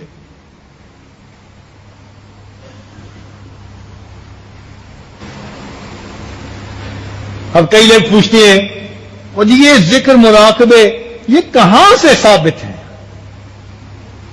بھئی قرآن پڑھیے، اللہ تعالیٰ فرماتے ہیں وَاذْكُرْ رَبَّكَ فِي نَفْسِكَ، ذکر کر اپنے رب کا اپنے نفس میں۔ مفسرین نے اس کے تفسیر کی ای فی قلبک، اپنے دل میں اللہ کو یاد کر۔ اب یہ دل میں اللہ کو یاد کرنا اسی کا نام تو مراقبہ ہے۔ مراقبہ کس کا نام ہے؟ دل میں اللہ کو یاد کرنا، تو یہ تو حکم ہے، اللہ تعالیٰ حکم فرما رہے ہیں وَاذْكُرْ، امر کا صیغہ۔ کہتے ہیں جی ذکر کا حکم کہاں ہے؟ بھئی دیکھو اللہ کا ذکر دل میں بیٹھ کے کرو، تضرعا وخیفا، گڑ گڑاتے ہوئے خفیہ انداز سے، اسی کو مراقبہ کہتے ہیں۔ اب کہتے ہیں جی یہ اللہ اللہ کا ذکر کہاں سے آ گیا؟ تو عزیز طلباء اللہ تعالیٰ قرآن مجید میں خود فرماتے ہیں وَاذْكُرْ اسْمَ رَبِّكَ، ذکر کر اپنے رب کے. اچھا بھائی رب کا نام کیا ہے؟ اونچا بولے. رب کا نام کیا ہے؟ اب اللہ فرماتے ہیں وَاذْكُرْ اسْمَ رَبِّكَ، ذکر کر رب کے نام کا. تو نام کون سا ہوگا؟ تو ہم اگر اللہ کا ذکر کرتے ہیں تو اس میں کون سی برائی آ گئی بھائی؟ تمہیں اچھا لگے نہ لگے، ہمیں اچھا لگتا ہے. اچھا پھر اعتراض نکالتے ہیں، کہتے ہیں کہ جی اس کے ساتھ حرف ندا ہونا چاہیے، جیسے یا اللہ ایسے کہو. اللہ اللہ کیوں کہتے ہو؟ بھائی مجھے ایک بات بتاؤ کہ بچہ جب ماں کے لیے تڑپتا ہے تو وہ کیا کہتا ہے؟ کیا کہتا ہے؟ امی امی. وہ کوئی حرف ندا ساتھ لگاتا ہے؟ وہ خود بخود پتہ ہوتا ہے کہ حرف ندا ساتھ ہے، مگر اس ایک لفظ امی میں تاثیر ہوتی ہے، ماں کے سینے میں محبت کا جذبہ اٹھتا ہے، ماں بچے کے پاس فوراً آ جاتی ہے. بالکل اسی طرح جو بندہ اللہ کی محبت میں ڈوب کر اللہ اللہ پکارتا ہے، اللہ کی رحمت جوش میں آ کر اس بندے کی مصیبتوں کو ٹال دیا کرتی ہے. ماں سے اگر ماں پیار کے لیے آ جاتی ہے تو جس کو ساری دنیا کی ماں سے 70 گنا زیادہ پیار ہے، کیا وہ اللہ تعالیٰ متوجہ نہیں ہوں گے؟ تو اللہ کے نام میں برکت ہے. تبارک اسم ربک، برکت والا نام ہے تیرے. اب اللہ کا رب کا نام برکت والا ہوا نا، تو جب بار بار اللہ کے لفظ کا دھیان کریں گے تو اللہ تعالیٰ کے نام سے ہمارے دلوں میں برکت آئے گی. آپ نے اچھا میں ایک عقلی دلیل دیتا ہوں. ہم نے دیکھا کہ ایک نل اگر لیک ہو نا تو اس کے نیچے اگر چپس ڈالی ہوئی ہو تو پانی کا قطرہ قطرہ قطرہ گرتا ہے، تو جہاں گرتا ہے وہاں نیچے سوراخ بن جاتا ہے. اب پانی کا نرم قطرہ اگر پتھر پہ گرتا رہا تو اس نے پتھر میں راستہ بنا لیا. کہ اللہ کا نام اگر کسی بندے کے دل پہ بار بار آتا رہے گا اللہ اللہ اللہ، تو کہ یہ اللہ کا نام اس پتھر دل میں راستہ نہیں بنائے. اللہ کا نام بھی راستہ بنا لیتا ہے، بندے کے دل میں اپنی جگہ بنا لیتا ہے. اس میں اثرات ہیں. چنانچہ ایک مرتبہ ہمارے سلسلہ کے ایک بزرگ تھے ابو الحسن خرقانی رحمت اللہ علیہ. ان کی محفل میں وقت کا ایک بڑا مفکر تھا، بہت بڑا عقل والا تھا، اس کا نام تھا ابو علی سینا. وہ آیا، حضرت نے اس میں ذات کے فضائل سنانے شروع کر دیے کہ اس میں ذات سے انسان کا دل صاف ہو جاتا ہے، انسان کے اندر نیکی آ جاتی ہے، انسان کو عبادت میں لذت ملتی ہے، انسان کے اندر سے حسد بغض کینہ سب کچھ نکل جاتا ہے. جب آپ نے اتنے فضائل سنائے نا تو حکیم صاحب کو بڑی حیرانی ہوئی. کہنے لگے کہ یہ ایک لفظ اتنے اثر پیدا کر دیتا ہے. جب اس نے بھرے مجمع میں پوچھا تو حضرت نے فرمایا اے خر تو چے دانی، ایک گدھے تجھے کیا پتا. اب جب بھری محفل میں اس کو گدھا کہا گیا تو حکیم صاحب کے تو پسینے چھوٹ گئے. اب جب حضرت نے دیکھا کہ پسینے آ رہے ہیں، فرمایا حکیم صاحب پسینہ آ رہا ہے. حضرت آپ نے لفظ ایسا بولا ہے، اس لفظ سے تو میرے تن بدن میں عجیب کیفیت ہو گئی. حضرت نے فرمایا کہ سنو، میں نے ایک لفظ گدھا بولا، اس نے تیرے تن بدن میں تاثیر پیدا کر دی. کیا اللہ کے نام میں اتنی بھی تاثیر نہیں کہ تیرے بدن میں کوئی اثر پیدا کر؟ آج مٹھائی کا نام لو تو منہ میں رس آ جاتا ہے، منہ میں پانی آ جاتا ہے. کھٹاس کا نام لو، اچار کا نام لو، اور کھٹائی اور مٹھائی پہ منہ میں لعاب لانے والوں، پانی لانے والوں، کیا اللہ کے نام میں اتنی بھی تاثیر نہیں ہے؟ اور خدا کے بندو، فرق اتنا ہے کہ اندر محبت نہیں، ورنہ جس سے محبت ہوتی ہے اس کا تو نام لینے میں مزہ آتا ہے، نام لینے میں مزہ آتا ہے. سمجھے؟ کہتے ہیں جی کیا بے مطلب پڑھتے رہتے ہیں؟ او بھائی ہم رٹیں گے گرچہ مطلب کچھ نہ ہو، ہم تو عاشق ہیں تمہارے نام کے، ہم اللہ کے نام کے عاشق ہیں، ہم چاہتے ہیں بس اللہ کا نام ہماری زبان پر رہے۔ ایک صاحب پوچھنے لگے اور جی یہ اللہ اللہ اللہ کا ذکر کہاں سے آ گیا؟ میں نے اس سے کہا کہ دیکھو حدیث پاک میں ہے کہ لا تقوم الساعہ، اس وقت تک قیامت قائم نہیں ہو سکتی جب تک ایک بھی بندہ دنیا میں ایسا ہے یقال فی الارض اللہ اللہ اللہ اللہ کہنے والا۔ تو نبی علیہ السلام نے ایک دفعہ کہا یا ایک سے زیادہ دفعہ کہا؟ ایک سے زیادہ دفعہ کہا۔ تو اس کا مطلب ہے اللہ اللہ کہنے والے لوگ جب تک رہیں گے اس وقت تک قیامت قائم نہیں آ سکتی، قائم نہیں ہو سکتی۔ اب ہم بھی اپنے دل سے اللہ اللہ اللہ اللہ، اب یہ دو لفظ تو حدیث سے ثابت ہے نا، ہم بھی دو دفعہ کہتے ہیں اللہ اللہ اللہ اللہ اللہ اللہ۔ اب اس میں کیا خلاف ہے؟ اللہ اللہ کا لفظ حدیث میں ہے یا نہیں؟ حتی یقال فی الارض، اور بھائی حدیث میں جب آ گیا تو اب ہمیں اللہ اللہ کہنے میں کیا رکاوٹ ہے؟ ہم بھی کہتے ہیں اللہ اللہ اللہ اللہ اللہ اللہ۔ اب اس میں کیا رکاوٹ ہوگی؟ ہم اس لفظ کو سینکڑوں دفعہ لیں، آپ کو کیوں پریشانی ہو رہی ہے؟ ہمیں اللہ کی شان دیکھو، ذکر کوئی کرتا ہے پریشانی کسی کو ہوتی ہے۔ کہتے ہیں جی کیا اللہ کا ذکر کرتے ہیں؟ اچھا بھائی تم اپنی اولاد کا ذکر کرو، کاروبار کا ذکر کرو، مشینری کا ذکر کرو، تم اپنی تجارت کا ذکر کرو، تو تمہاری تجارت ہر چیز زیادہ قیمتی ہے، ہم اپنے رب کا تذکرہ نہیں کر سکتے؟ تم جہاں بیٹھو اپنی محبوب چیزوں کا تذکرہ کرو، ہم بھی جہاں بیٹھیں گے ہم اپنے محبوب کا تذکرہ کریں گے۔ ہمیں اللہ کے نام سے محبت ہے، اللہ اللہ اللہ اللہ، ہم بھی اللہ تعالیٰ کو یاد کریں گے، دل میں بھی کریں گے، زبان سے بھی کریں گے۔ چنانچہ کچھ ایسے جو ہے وہ سلسلے ہیں کہ جن میں لسانی ذکر کیا جاتا ہے، اور کچھ ایسے ہیں جن میں قلبی ذکر کیا جاتا ہے۔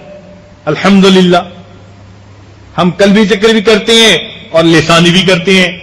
اللہ اللہ کا ذکر قلبی طور پہ کرتے ہیں، اور ایک سبق لا الہ الا اللہ کا آتا ہے جس میں ہزاروں مرتبہ دن میں اپنی زبان سے لا الہ الا اللہ پڑھتے ہیں، ضربے لگاتے ہیں دل کے اوپر، اس سے پھر دل صاف ہوتا ہے۔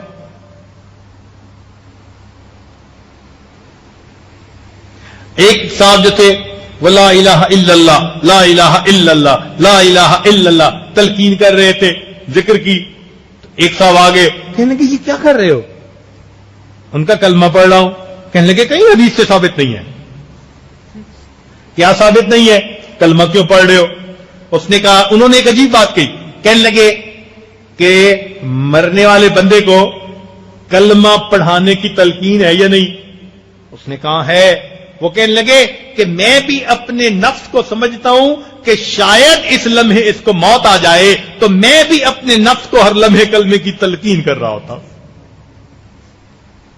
میں بھی اپنے نفس کو ہر لمحے کلمے کی لا الہ الا اللہ اپنے نفس کو سناتا ہوں، ممکن ہے اگلے لمحے میں تیری موت آ جائے۔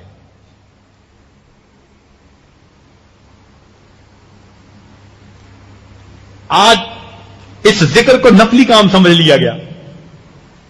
کوئی ذکر کر رہا ہو نا، کہتے ہیں جی جیسے کوئی نفلی کام بیٹھا کر رہا ہے۔ نفلی کام اپنی جگہ، اس کی تاثیر دیکھو تو اس کی تاثیر سے فرائض کی توفیق نصیب ہو جاتی ہے۔ یہ ایسا نفلی کام ہے۔ کہتے ہیں جی کہ آپ ذکر کیوں سکھاتے ہیں؟ یہ کہاں سے سبق آ گئے؟ اچھا اگر کوئی آپ سے پڑھے کہ کوئی بچہ نورانی قاعدہ پڑھ رہا ہو، الف با تا سا جیم ہا خو، اگر کوئی پوچھے قاری صاحب کسی حدیث میں آیا کہ نبی علیہ السلام نے صحابہ کو یہ پڑھایا؟ دکھا سکتے ہو سیاستہ میں سے کہ نبی علیہ السلام نے نورانی قاعدہ پڑھایا ہو؟ نورانی قاعدہ تھا ہی نہیں، تو کس صحابی نے نورانی قاعدہ پڑھا؟ ہم اس کو کہیں گے خدا کے بندے، یہ ہم ایک مشق کروا رہے ہیں جس کی وجہ سے اس بچے کے لیے قرآن کا پڑھنا آسان ہو جائے گا. قرآن کا پڑھنا آ چکا شریعت کے اندر. بالکل اسی طرح ہم جو یہ ذکر کے اسباق دیتے ہیں یہ نورانی قاعدہ ہے روحانیت کی دنیا کا. اس سبق کو پڑھنے کے بعد پھر بندے کو اللہ کی یاد ہر وقت کرنی آسان ہو جاتی ہے. اور یہ اللہ کا حکم ہے, اس کو اذکر اللہ قیاما وقعودا وعلی جنوبہ. اچھا ایک مثال اور دیتا ہوں, توجہ سے سنیں. توجہ سے سن رہے ہیں نا. ایک آدمی باکسنگ کا مقابلہ کرنا چاہے تو وہ کیا کرتا ہے, اس کے لیے تیاری کرتا ہے. چنانچہ کبھی تو وہ بھاگے گا, جاگنگ کرے گا, اور کبھی وہ ڈنڈ بیٹھ کے نکالے گا, اور کبھی وہ ایک چمڑے کے بنے ہوئے تکیے کو مکے مارے گا زور زور سے. کس لیے کہ اس کے اندر استعداد پیدا ہو جائے مقابلے کی. جب وہ خوب مشق کرے گا تو جب مقابلے کے لیے رنگ میں اترے گا تو اپنے مخالف کے اوپر غالب آ جائے گا. اور اگر کوئی ایسا بندہ ہو کہ جو مقابلے کو تو طے کر لے اور کہے جی رنگ میں جائیں گے تو دیکھی جائے گی, تو پھر رنگ میں اس کا تماشا دنیا دیکھے گی نا. یہ داخل ہوگا تو اگلے کا مکہ اس کے منہ پہ پڑے گا. کبھی منہ ادھر ہوگا, کبھی منہ ادھر, ہو سکتا ہے جبڑا ہی ٹوٹ جائے. کیوں؟ اس نے محنت نہیں کی, اس نے تیاری نہیں کی. بالکل اسی طرح سمجھے, بالکل اسی طرح اللہ رب العزت نے ہمیں فرمایا کہ تم نماز پڑھو یاد کے ساتھ. اقم الصلاۃ لذکری, نماز قائم کرو میری یاد کی خاطر. اب بندہ سوچے جی میں جب اللہ اکبر کر کے نماز کے رنگ میں داخل ہو جاؤں گا تو دیکھوں گا, تو پھر اس کو تو نفسانی شیطانی خیال آنے ہی آنے ہیں. محنت تو اس نے کی کوئی نہیں, اس نے اس کی پریکٹس تو کی کوئی نہیں. یاد رکھنا یہ جو ذکر میں بیٹھتے ہیں لوگ یہ اپنے اندر کنسنٹریشن پیدا کرنے کی کوشش کرتی ہیں, یکسوئی حضوری پیدا کرنے کی کوشش کرتی ہیں. یہ رنگ سے باہر محنت کرتے ہیں اپنی توجہ کو مرکوز کرنے کی. جب یہ کر لیتے ہیں پھر نماز کے وقت مصلی پہ آ کے اللہ اکبر کہتے ہیں تو شیطانی نفسانی شہوانی وساوس سے فارغ ہو کر فقط اللہ کی یاد میں ڈوب کر ایسی عبادت کرتے ہیں ان تعبد اللہ کأنک تراہ فإن لم تکن تراہ فإنہ یراک. تو محنت کرنی پڑتی ہے. ہم اگر اللہ رب العزت کا ذکر کثرت کے ساتھ کریں گے تو ہمیں اللہ رب العزت اس کا اجر عطا فرمائیں. اعد اللہ لہم مغفرۃ واجرا عظیما. دیکھا. اچھا جو ذکر نہیں کرے گا اس کے ساتھ کیا ہوگا؟ سنیے وعید. ذکر نہ کرنے والے کے لیے کیا ہے؟ ذرا اونچا بولیے. ذکر نہ کرنے والے کے لیے اللہ تعالیٰ فرماتے ہیں وَمَن يُعْرِضْ عَن ذِكْرِ رَبِّهِ يَسْلُكْهُ عَذَابًا صَعَدًا. جو اعراض کرے گا اپنے رب کی یاد سے اس کو چڑھتا ہوا عذاب دیا جائے گا. دیکھا غافل ہونے سے عذاب ہوگا کہ نہیں ہوگا؟ قرآن سے ثابت ہے. وَمَن يُعْرِضْ عَن ذِكْرِ رَبِّهِ, جو اعراض کرے اپنے رب کی یاد سے یسلکہ عذابا صعدا. تو معلوم ہوا کہ یہ اتنا نفلی بھی نہیں کہ نہیں کریں گے تو کچھ نہیں ہوگا. نہیں کریں گے عذاب میں ڈالے جائیں گے, اس لیے کہ غفلت میں وقت گزارا ہوگا اللہ تعالی کی یاد سے. اس لیے دین کا کام کرنے والوں کو ذکر کثرت سے کرنا چاہیے, چاہے وہ تعلیم و تعلم کا کام کر رہے ہو, چاہے وہ دعوت و تبلیغ کا کام کر رہے ہو, چاہے وہ جہاد کا کام کر رہے ہو. کوئی بھی کام دین کا کر رہے ہو ان کو ذکر کے ساتھ کرنا چاہیے. اب ذرا توجہ سے بات سنیے گا. قرآن عظیم الشان, اساتذہ بھی متوجہ ہوں. اللہ تعالیٰ نے حضرت موسیٰ علیہ السلام، ہارون علیہ السلام کو بھیجا فرعون کی طرف، اور اس وقت ہدایات دی. اب یہ ہدایات کتنی عظیم ہے. ہدایت دینے والے اللہ تعالی، اور دی جا رہی ہے انبیاء کو جن کی اتنی شان ہے. تو یہ ہدایات کتنی اہم ہے. فرمایا فَاذْهَبَا، دونوں جاؤ. تو معلوم ہوا کہ دو پیغمبروں کو تثنیہ کا صیغہ استعمال کر کے دونوں کو حکم دیا. فرمایا اذهب انت واخوک بآیاتی ولا تنیا فی ذکری، جائیے آپ اور آپ کا بھائی میری نشانیوں کو، معجزات کو لے کر، اور یاد رکھنا تم دونوں اللہ کی یاد سے غافل نہ ہونا. ولا تنیا فی ذکری، تم دونوں تسنیہ کا صیغہ، سبحان اللہ، تم دونوں اللہ کی یاد سے، میری یاد سے غافل مت ہونا. اب انبیاء کو اگر یہ تلقین کی جا رہی ہے تو جو انبیاء کے نائب بننے کی تمنا رکھتے ہوں ان کے لیے بھی ہدایت یہی ہوگی یا نہیں ہوگی؟ کیوں بھائی؟ ذرا اونچا بولے. ہوگی نا. ولا تنیا فی، اس لفظ کو یاد کریں. اس لیے ہمیں بھی چاہیے ہم بھی ہر وقت اللہ کی یاد میں رہیں. اچھا، یہ تو ہے ابتدا کہ دعوت کے راستے میں جو نکلتا ہے وہ اس کافر کے سامنے جا کے اللہ کے دین کو پیش کرتا ہے، اسلم تسلم. اور اگر وہ نہیں مانتا تو پھر آخر پہ انجام کیا ہوتا ہے؟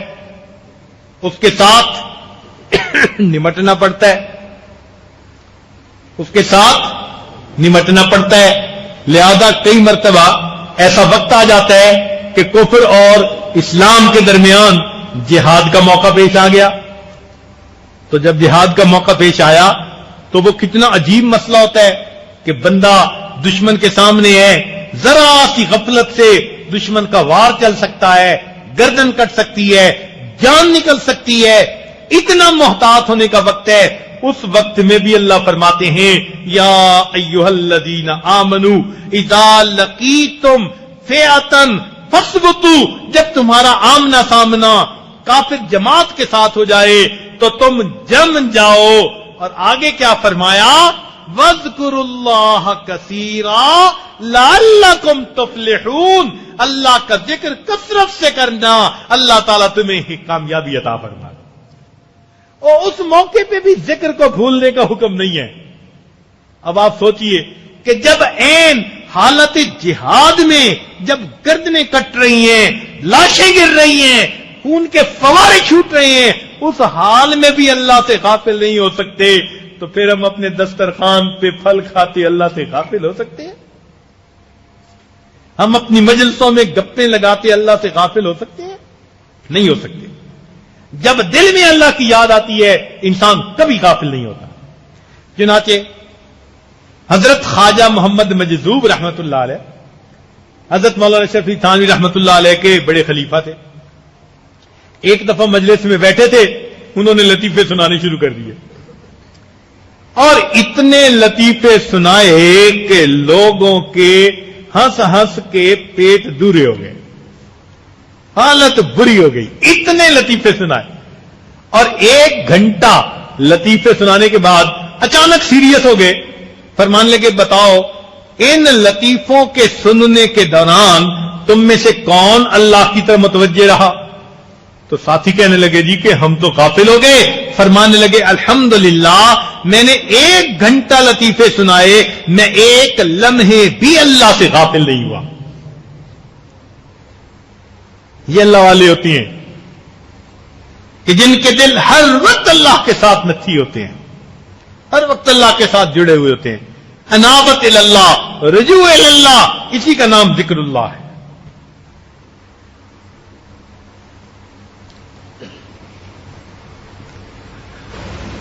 تو اگر ہم چاہتے ہیں ہمارے اندر سے شہوت کن قابو میں آ جائے، غصہ قابو میں آ جائے، حرص، بخل، عجب، کینہ، حسد، یہ سب کے سب کنٹرول میں آ جائیں تو ان تمام روحانی بیماریوں کے لیے اللہ کا ذکر دوا ہے، اللہ کا ذکر تریاق ہے۔ نبی علیہ السلام نے فرمایا ذکر اللہ شفاء القلوب، اللہ کا ذکر دلوں کے لیے شفا ہے۔ نسخے کو استعمال کیجئے، پھر دیکھیے اللہ تعالیٰ کیسے شفا عطا فرماتے ہیں۔ اس لیے ہمیں چاہیے کہ ہم اللہ تعالیٰ کا ذکر کثرت کے ساتھ کریں۔ چنانچہ اللہ تعالیٰ فرماتے ہیں فَاذْكُرُونِي أَذْكُرْكُمْ، تم میرا ذکر کرو میں تمہارا ذکر کروں گا۔ اب یہاں بات سمجھانے والی ہے، تو لباس ذرا توجہ سے سمجھیں۔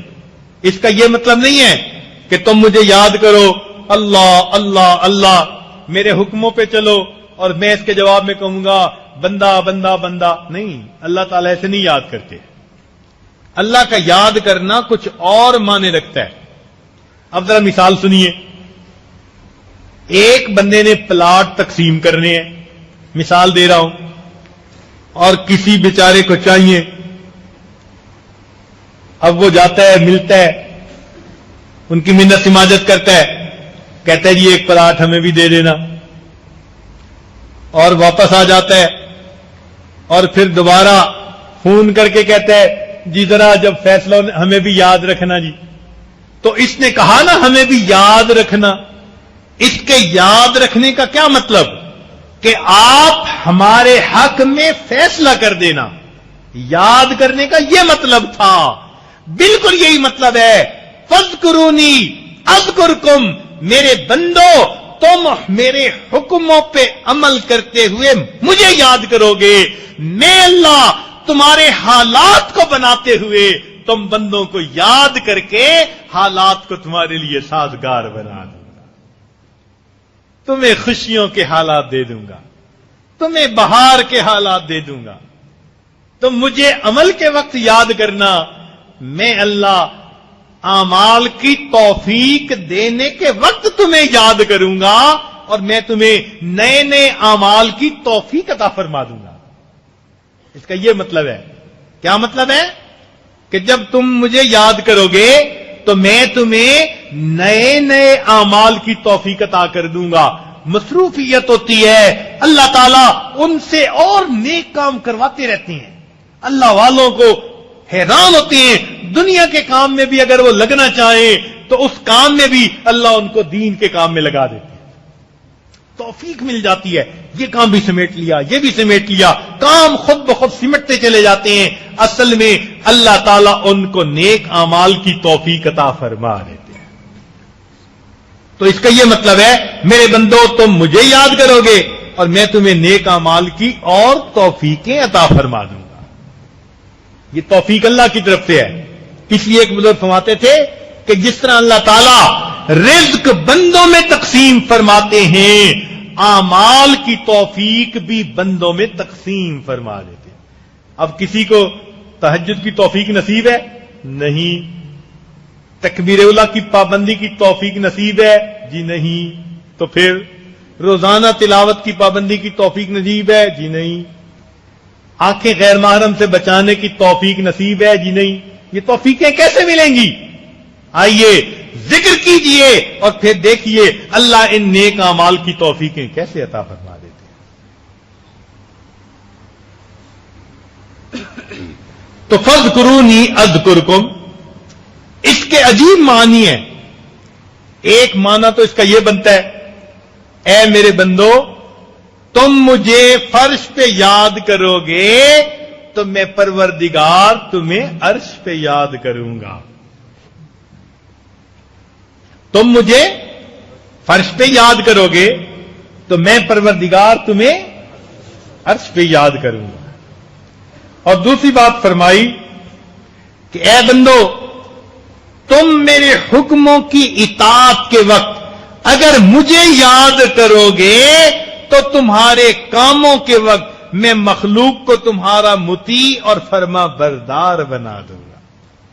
لوگ کہتے ہیں جی یہ اللہ والوں کے کام پتہ نہیں لوگ کیوں کرتے ہیں. بھئی انہوں نے کسی کو زبردستی غلام تو نہیں بنایا ہوتا، نہ پکڑا ہوا ہوتا ہے. لوگ بھاگے ہوئے آتے ہیں، ایک دوسرے سے آگے بڑھنے کی کوشش کرتے ہیں. مجھے موقع مل جائے خدمت کا، مجھے خدمت کا، مجھے خدمت کا. کیا ہوتی ہے یہ وجہ؟ کیوں لوگ بھاگتے ہیں؟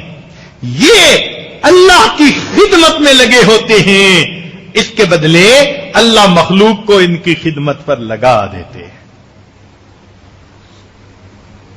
ہارون رشید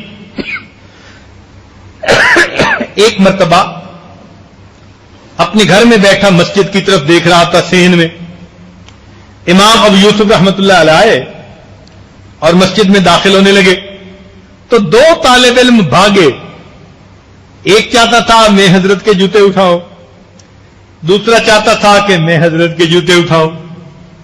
اللہ کی شان کہ جب انہوں نے جوتے اتارے تو ایک جوتے پہ ایک کا ہاتھ اور دوسرے پہ دوسرے کا ہاتھ آ گیا. اب دستور تو یہی تھا کہ جس کا ہاتھ آ گیا وہ اٹھائے. چنانچہ ایک ایک جوتا دونوں کے ہاتھوں میں. سمجھدار تھے، نیک نیت تھے، خیر خواہی رکھتے تھے. ان میں سے ایک نے جلدی سے اپنا رومال بچھا لیا تو دونوں جوتے اس کے اندر رکھ دیے. اب ایک نے ایک طرف سے رومال پکڑا اور دوسرے نے دوسری طرف سے رومال پکڑا اور اس شان سے حضرت کے جوتوں کو لے کر چلے. تو ہارون رشید نے ٹھنڈی سانس لی. زبیدہ نے پوچھا خاوند سے کہ بادشاہ سلامت، کیا مسئلہ؟ بادشاہ کہنے لگا کہ یوں تو دنیا ہمیں بادشاہ کہتی ہے، ہمارے جوتے اٹھانے کے لیے بھلا کون جھگڑتا ہے؟ یہ اللہ والوں کو توفیق ہوتی ہے، ان کے جوتے اٹھانے کے لیے لوگ جھگڑتے ہیں. کیا ہوتا ہے؟ وہ اللہ کی اطاعت کے حکموں کے موقع پر اپنے رب کو یاد رکھتے ہیں. جواب یہ ہوتا ہے کہ اللہ تعالیٰ ان کے کاموں کے موقعوں پر لوگوں کو ان کا مطیع بنا دیتا ہے. لوگ اپنے بچے کو کہتے ہیں کہ بچہ یہ نہیں کرنا، یہ نہیں کرنا.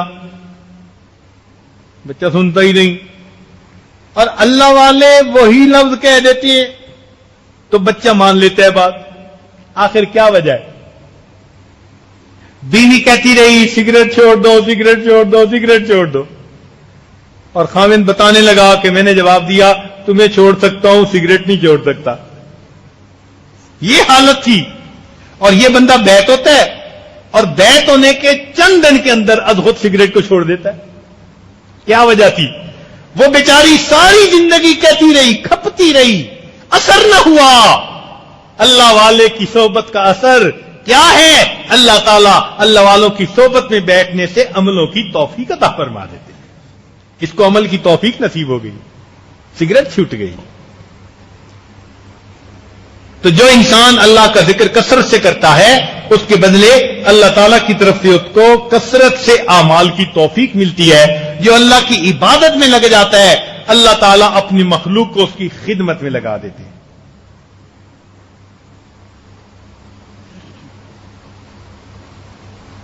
چنانچہ عبد الواحد رحمت اللہ علیہ ایک بزرگ تھے.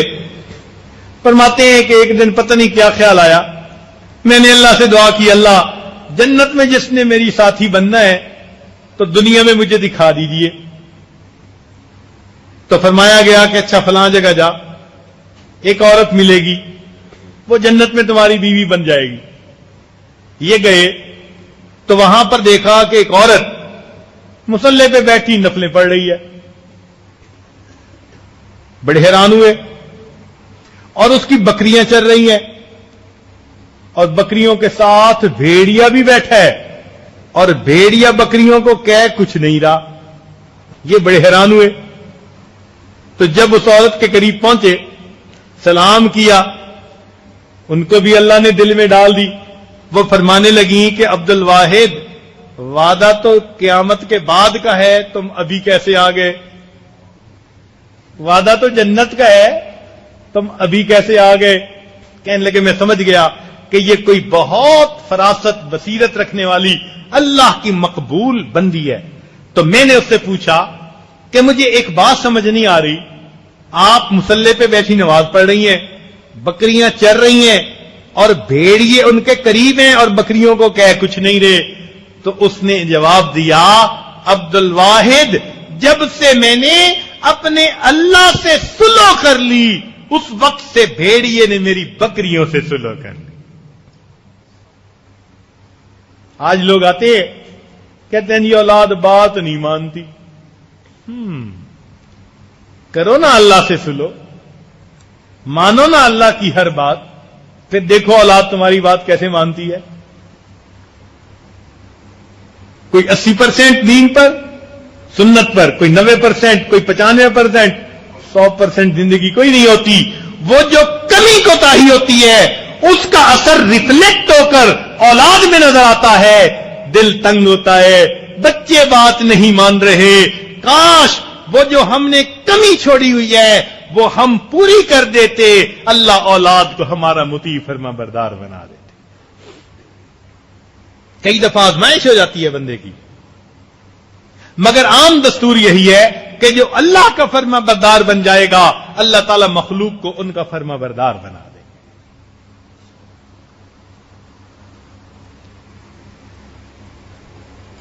اسی لیے فرمایا فاذکرونی اذکرکم, اے میرے بندو تم مجھے یاد کرو گے میں تمہیں یاد کروں گا. کیا مطلب؟ ایک نقطہ اس کا یہ بھی ہے تم میرے نام کا احترام اگر کرو گے تو میں دنیا میں تمہارے نام کو عزتیں عطا فرما دوں گا. اللہ کی نام کی عزت. چنانچہ بشر حافظ رحمۃ اللہ علیہ ایک بزرگ گزرے ہیں, ان کے بارے میں آتا ہے کہ ایک دفعہ جا رہے تھے تو ایک کاغذ پر اللہ کا نام لکھا ہوا تھا. تو انہوں نے دیکھا کہ یہ زمین پہ پڑا ہے تو کاغذ کو اٹھا کر اوپر رکھ دیا. اللہ تعالیٰ نے ایک ولی کو الہام فرمایا جاؤ بشر حافظ کو کہہ دو تم نے میرے نام کو فرش سے اٹھا کر اپنے سر کے قریب تک اونچا کیا, میں تمہارے نام کو فرش سے اٹھا کر عرش تک اوپر کر دوں گا. اللہ نے ان کو اپنا ولی بنا لیا, ولایت کا نور عطا فرما دیا. تو فرمایا کہ اے میرے بندے تم معصیت سے بچنے کے وقت مجھے یاد کرو گے. کیا اس کا مطلب نکلا؟ تم معصیت سے بچنے کے وقت اگر مجھے یاد کرو گے تو میں مصیبت کے وقت نکالنے کے لیے تمہیں یاد کروں گا. تم معصیت سے بچنے کے لیے مجھے یاد کر لینا تو مصیبت سے بچانے کے لیے میں تمہیں یاد کر لوں. جو اللہ کو یاد کرتی ہیں اللہ ان کو مصیبتوں سے بچاتے ہیں. چنانچہ ایک واقعہ لکھا ہے, ایک عورت تھی گھر میں بیٹھی کھانا کھا رہی تھی. اللہ کی شان کے بھوک بھی بہت تھی اور دروازے پہ کسی سائل نے صدا بھی لگا دی اللہ کے نام پہ کھانا دے دو. اس خدا کی بندی نے وہ جو لقمہ تھا نا وہ منہ میں ڈالنے کی بجائے وہی لقمہ بھی رکھ دیا اور جو بچی روٹی تھی وہ بھی اور سائل کو دے دی. پھر سنبھل کو بھول گئی. اللہ کی شان, ایک مرتبہ یہ کہیں سفر پہ جا رہی تھی اور اس کا بچہ ساتھ تھا. کیا ہوا کہ یہ کوئی کام کرنے لگی, نماز پڑھنے لگی یا کوئی کام میں مصروف ہوئی, بچہ قریب تھا, درختوں کے اندر سے بھیڑیا آیا اور بھیڑیے نے بچے کو منہ میں اٹھا کے بھاگا. جیسے ہی بچہ بھاگا ماں کے دل سے آہ نکلی, لیکن یک دم ایک کوئی بڑا لمبا چوڑا انسان طاقتور ظاہر ہوا اور اس کو دیکھ کر اس بھیڑیے نے بچے کو منہ سے نکال دیا اور خود بھاگ گیا ڈر کے مارے. اب ماں نے جا کر وہ بچے کو اٹھا لیا اور اس بندے سے پوچھا خدا کے بندے تم کون ہو؟ اس نے کہا میں اللہ کا فرشتہ ہوں. ایک موقع پر تم نے منہ کا نوالا نکال کر اللہ کے لیے فقیر کو دے دیا تھا, آج اللہ نے بھیڑیے کے منہ سے نوالا نکال کر تمہیں واپس عطا فرما دیا.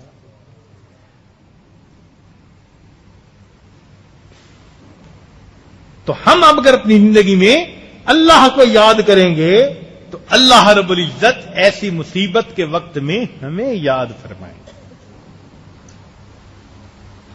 فرمایا میرے بندو فاذکرونی اذکرکم، تم راحت کے وقت میں مجھے یاد کرنا، میں زحمت کے وقت میں تمہیں یاد کروں گا، تم خوشی کے حال میں مجھے یاد کرنا، میں تمہارے غم کی حالت میں میرے بندو تمہیں یاد کروں گا، میں تمہارا منہ سے غمخوار بن جاؤں گا، میں تمہیں دنیا میں سکون عطا فرما دوں گا۔ تو اس لیے اللہ کا ذکر کثرت کے ساتھ کیجیے، بلکہ فاذکرونی اذکرکم۔ اب اس کا مفہوم ایک اور بزرگ نے کچھ یوں کیا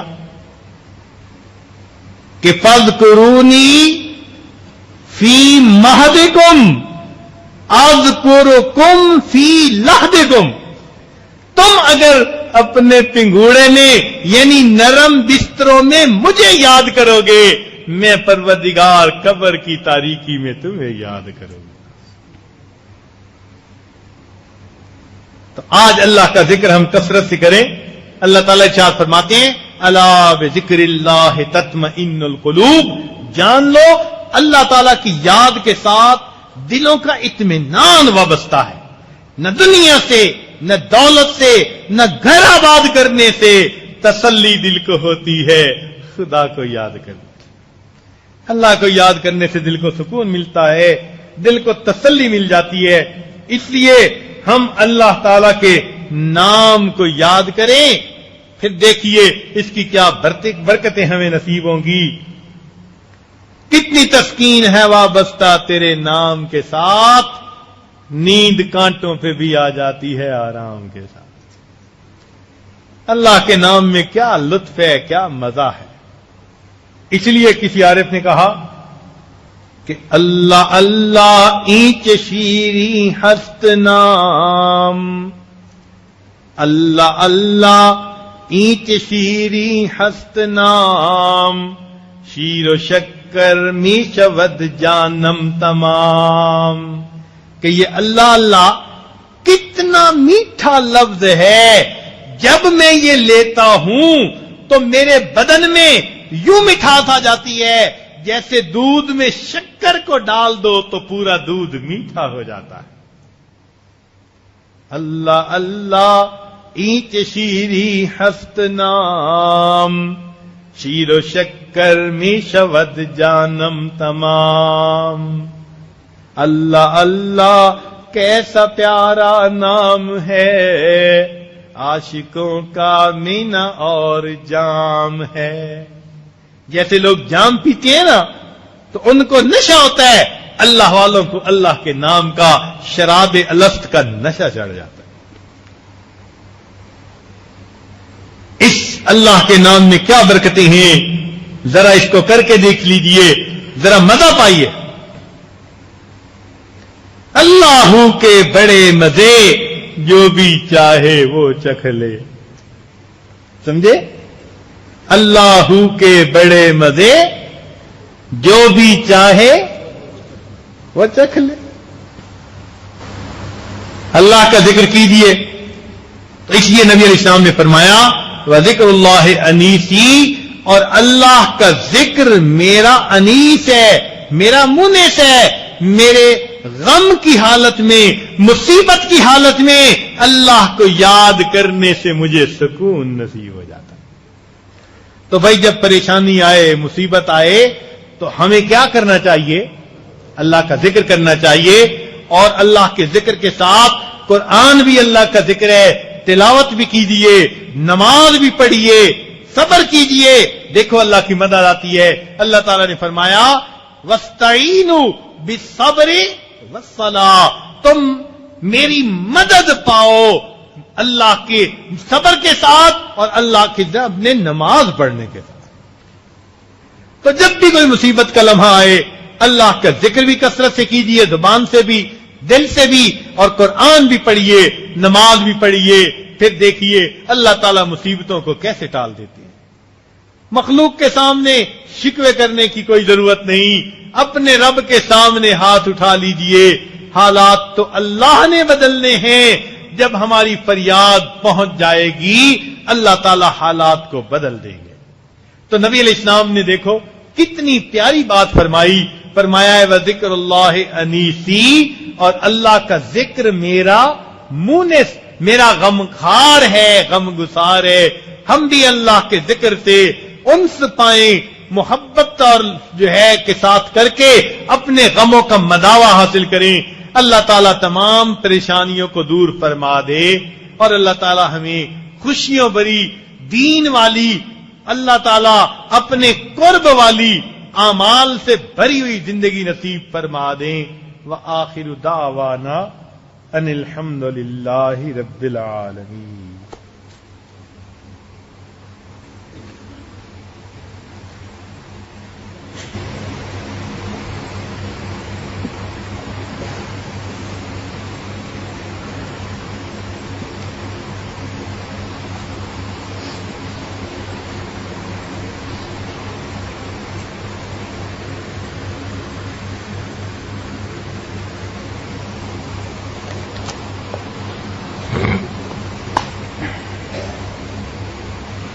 ایک بزرگ فرماتے ہیں تیرے سوا معبود حقیقی کوئی نہیں ہے، کوئی نہیں، تیرے سوا مقصود حقیقی کوئی نہیں ہے، کوئی نہیں۔ اب تو رہے بس تادم آخر ورد زباں اے میرے الہ، لا الہ الا اللہ، لا الہ الا اللہ۔ یاد میں تیری سب کو بھلا دوں، کوئی نہ مجھ کو یاد رہے۔ یاد میں تیری سب کو بھلا دوں، کوئی نہ مجھ کو یاد رہے۔ تجھ پر سب گھر بار لٹا دوں، خانہ دل آباد رہے۔ سب خوشیوں کو آگ لگا دوں، غم سے تیرے دل شاد رہے۔ سب کو نظر سے اپنی گرا دوں، تجھ سے فقط فریاد رہے۔ اب تو رہے بس داد میں آخر ورد زباں اے میرے الہ، لا الہ الا اللہ، لا الہ الا اللہ۔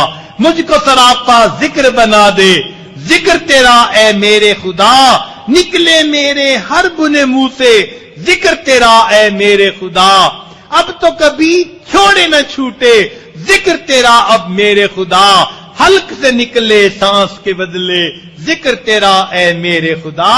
اب تو رہے بس تادم آخر ورد زباں اے میرے الہ، لا الہ الا اللہ، لا الہ الا اللہ۔ تھوڑی دیر کے لیے مراقبہ کر لیجیے۔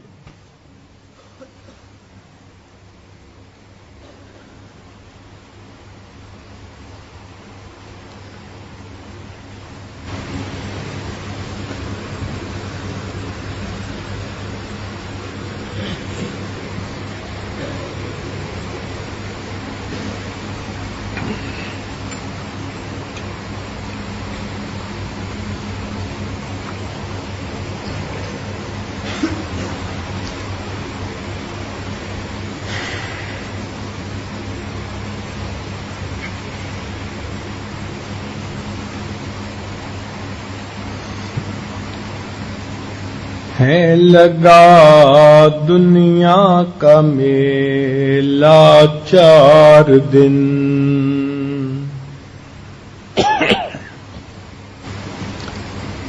ہے لگا دنیا کا میلہ 4 دن، دیکھ لو اس کا تماشا 4 دن، کیا کرو گے قصر عالی شان کو،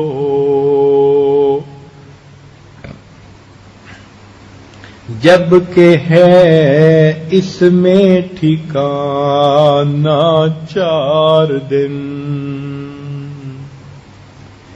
مومنا ذکر خدا بسیار گو، تابعہ بھی درد و عالم آبرو، ذکر کن ذکر تا ترا جانست، ذکر کن ذکر تا ترا جانست پاکی دل ز ذکر رحمان است یک چشم زدن غافل ازاماہ نباشی یک چشم زدن غافل ازاماہ نباشی شاید کہ نگاہ کند آگاہ نباشی ماہر کے خواندہ ایم فراموش کردہ ایم ماہر کے خواندہ ایم فراموش کردہ ایم اللہ حدیث یار کے تکرار می کنم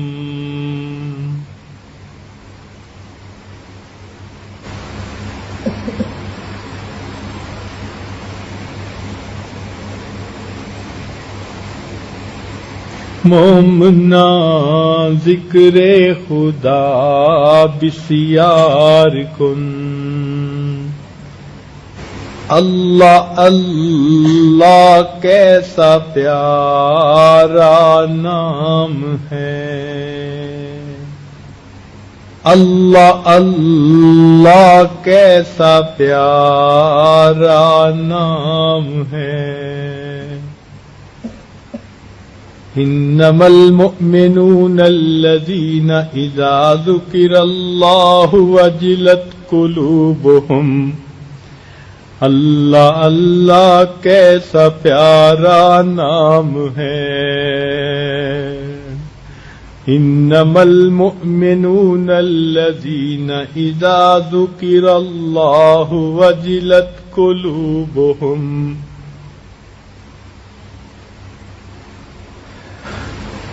مومنا ذکر خدا بسیار گو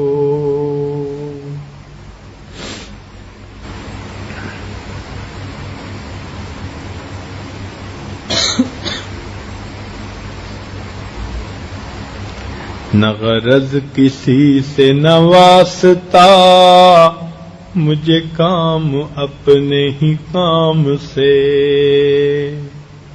نہ غرض کسی سے نہ واسطہ مجھے کام اپنے ہی کام سے تیرے ذکر سے تیری فکر سے تیرے شکر سے تیرے نام سے نہ غرض کسی سے نہ واسطہ مجھے کام اپنے ہی کام سے تیرے ذکر سے تیری فکر سے تیری یاد سے تیرے نام سے اللہ اللہ کیسا پیارا نام ہے وَاذْكُرِ اسْمَ رَبِّكَ وَتَبَتَّلْ إِلَيْهِ تَبْتِيلًا اللہ اللہ کیسا پیارا نام ہے غضب کیا تیری یاد نے مجھے ستایا نماز میں میرے وہ بھی سجدے ادا ہوئے جو قضا ہوئے تھے نماز میں اللہ اللہ کیسا پیارا نام ہے عشق اگر تیرا نہ ہو میری نماز کا امام عشق اگر تیرا نہ ہو میری نماز کا امام، میرا قیام بھی حجاب، میرا سجود بھی حجاب۔ خدایا مجھ پہ کرم کر، بڑے عذاب میں ہوں، خدایا مجھ پہ کرم کر، بڑے عذاب میں ہوں، کہ تیرے سامنے بیٹھا ہوں اور حجاب میں ہوں۔ خدایا مجھ پہ کرم کر، بڑے عذاب میں ہوں، کہ تیرے سامنے بیٹھا ہوں اور حجاب میں ہوں۔ مومنا ذکر خدا بسیار گو، مجھے اپنی پستی کی شرم ہے، تیری رفعتوں کا خیال ہے۔ مجھے اپنی پستی کی شرم ہے، تیری رفعتوں کا خیال ہے، مگر اپنے دل کو میں کیا کروں، اسے پھر بھی شوق وصال ہے۔ مومنا ذکر خدا بسیار گو۔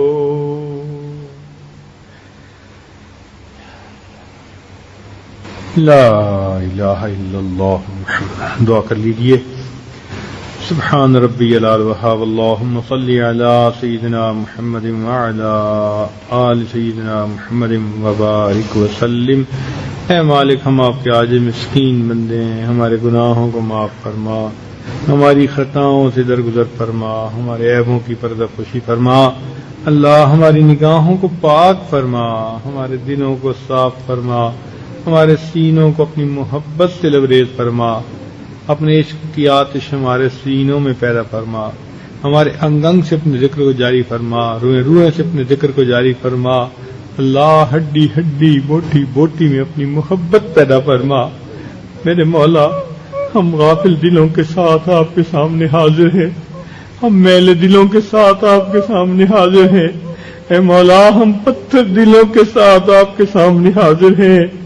اللہ مہربانی فرما دیجئے، ان پتھر دلوں کو موم کر دیجئے، اللہ ان میلے دلوں کو صاف کر دیجئے، ان غافل دلوں کو اپنا ذکر کی توفیق عطا فرما دیجئے۔ رب کریم، ہماری حال پر رحمت کی نظر فرما دیجئے۔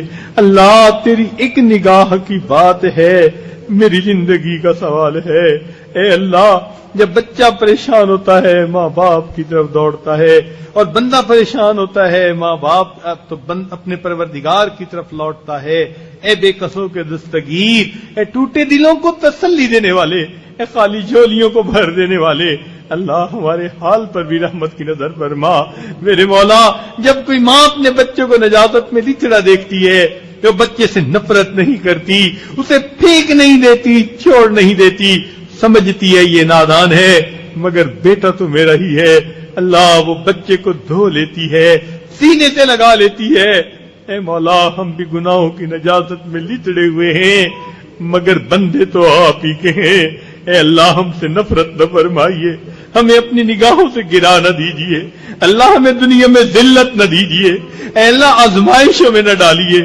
میرے مولا، ہم امتحان کے قابل نہیں ہیں، اے مولا ہم امتحان کے قابل نہیں ہیں، ہمیں نفس اور شیطان کے حوالے نہ کیجیے، میرے مولا ہمیں کفار کے حوالے نہ کیجیے، حالات کے حوالے نہ کیجیے، میرے مولا زندگی میں کبھی بھی بے سہارا نہ فرمائیے، اے میرے مولا زندگی میں کبھی بھی بے آسرا نہ کیجیے، میرے مولا ہمیشہ اپنی رحمت کا سایہ ہمیں عطا کیجیے، اللہ اپنی پشت پناہی عطا فرمائیے، اللہ ایک رحمت کی نظر ڈال کے ہمیں دھو لیجئے، اور ہمیں بھی اپنی رحمت کی چادر میں جگہ عطا فرما دیجئے، اللہ بیماروں کو شفا عطا فرمائیے، پریشان والوں کی پریشانیاں دور کر دیجئے، بے اولادوں کو نیک اولاد عطا فرمائیے، اے اللہ جو صاحب اولاد ہیں ان کی اولادوں کو نیکوکار بنا دیجئے، فرما بردار بنا دیجئے، اللہ ہمیں اولاد کے غموں سے بچا لیجئے، اولاد کے دکھوں سے بچا لیجئے، اولاد کی پریشانیوں سے بچا لیجئے۔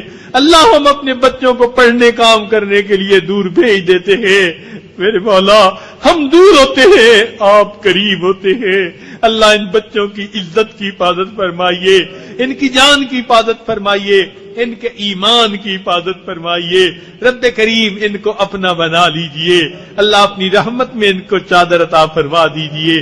میرے مولا جتنے طلباء یہاں پڑھنے کے لیے آئے ہیں سب کو اپنے مقبول بندوں میں بنا لیجئے، سب کا آنا قبول فرما لیجئے۔ اے اللہ یہ آپ کے بندے اس جوانی کی عمر میں گھروں سے آ کر مسجد کے ماحول میں زندگی گزارتے ہیں، اللہ چٹائیوں پہ وقت گزارتے ہیں، چٹائیوں پہ سوتے ہیں، میرے مولا تیری دید کے لیے، اللہ تیری محبت کے حاصل کرنے کے لیے، اے اللہ دل کو منور کرنے کے لیے، اے اللہ جو امیدیں دل میں رکھتے ہیں وہ پوری کر دیجئے۔ میرے مولا کوئی آدمی مندر سے نکل کے جہنم میں جائے اس پہ کوئی افسوس نہیں، افسوس تو اس پہ ہے جس کی توبہ قبول نہ ہوئی اور وہ مسجد سے نکل کے جہنم میں ڈال دیا جائے۔ میرے مولا ہم آپ کے گھر سے نکل کے جہنم میں نہیں جانا چاہتے، اللہ گھر آئے کا دنیا دار بھی لحاظ کر لیتے ہیں، آپ بھی لحاظ فرما لیجئے، اٹھے ہاتھوں کو قبول کر لیجئے۔ اے اللہ آج کی اس محفل میں جتنے مرد یا عورتیں شریک ہیں سب کو ایک مرتبہ محبت کی نظر سے دیکھ لیجئے، اے مولا ایک مرتبہ محبت کی نظر سے دیکھ لیجئے۔ ہم گناہگار صحیح، خطا کار صحیح، میرے مولا اقرار کر رہے ہیں، ہم اقبالی مجرم ہیں مگر رحم کی اپیل کرتے ہیں، مولا ایک رحمت کی نظر ہم پہ ڈال لیجئے۔ رب کریم ہم نفس اور شیطان کے مکر و فریب سے بچنا چاہتے ہیں مگر ہمارے نفس کے اندر شہوات ہیں، انانیت ہے، اللہ وہ غالب آ جاتا ہے۔ میرے مولا وما ابرئ نفسی ان النفس لامارۃ بالسوء الا ما رحم ربی، اللہ ہمارا معاملہ بھی یہی، الا ما رحم ربی، اللہ رحم کر دیجئے، اللہ رحم کر دیجئے، نفس کی شرارتوں سے بچا لیجئے، گندے خیالات سے بچا لیجئے، اللہ پاکیزہ سوچ عطا کر دیجئے، اللہ یکسوئی کی نمازیں عطا کر دیجئے، میرے مولا ہمیں اپنا بنا لیجئے، اللہ ہمیں اپنوں میں شامل فرما لیجئے۔ رب کریم آج ہم پر رحمت کی نظر ڈال دیجئے۔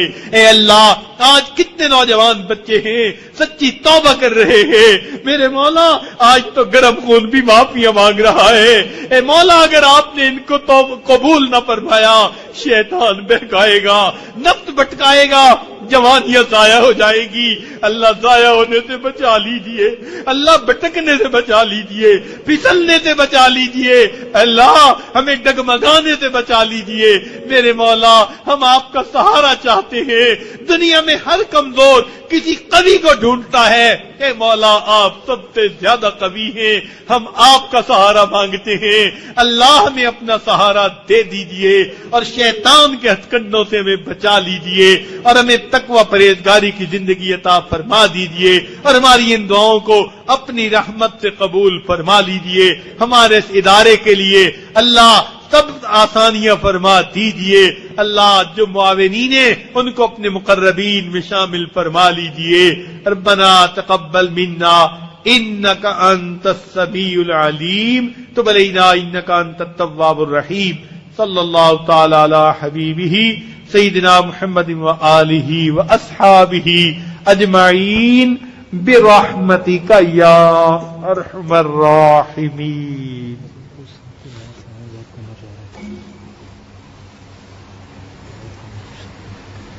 بتا رہے ہیں کچھ دوست لاہور سے آئے ہیں، بیعت کرنا چاہتے ہیں، یہ توبہ ہوتی ہے، توبہ کے کلمات پڑھا دیے جاتے ہیں، تو جو بھی احباب ہیں جو دور ہیں وہ توبہ کی نیت کر لیں، جو قریب ہیں وہ اس چادر کو پکڑ لیں، یہ ایک سنت عمل ہے، اور توبہ کے یہ کلمات پڑھ لیجئے۔ اس وقت کو غنیمت سمجھ لیجئے، دل میں یہ نیت کر لیجئے کہ میں اپنے پچھلے گناہوں سے سچی پکی توبہ کر رہا ہوں، اور آئندہ نیکوکاری پرہیزگاری کی زندگی گزارنے کا ارادہ کر رہا ہوں. جیسے نیت ہوگی ویسی مراد مل جائے گی. تو نیت کر لیجئے، پھر اللہ کی رحمتیں دیکھیے، اللہ تعالیٰ گناہوں سے بچا دیں گے اور اللہ تعالیٰ نیکوکاری کی زندگی عطا فرما دیں گے. الحمدللہ وکفا وسلام علی عبادہ الذین اصطفیٰ، اما بعد. یہ کلمات سچے دل سے پیچھے پیچھے پڑھتے جائیے. بسم اللہ الرحمن الرحیم. لا الہ الا اللہ محمد الرسول اللہ.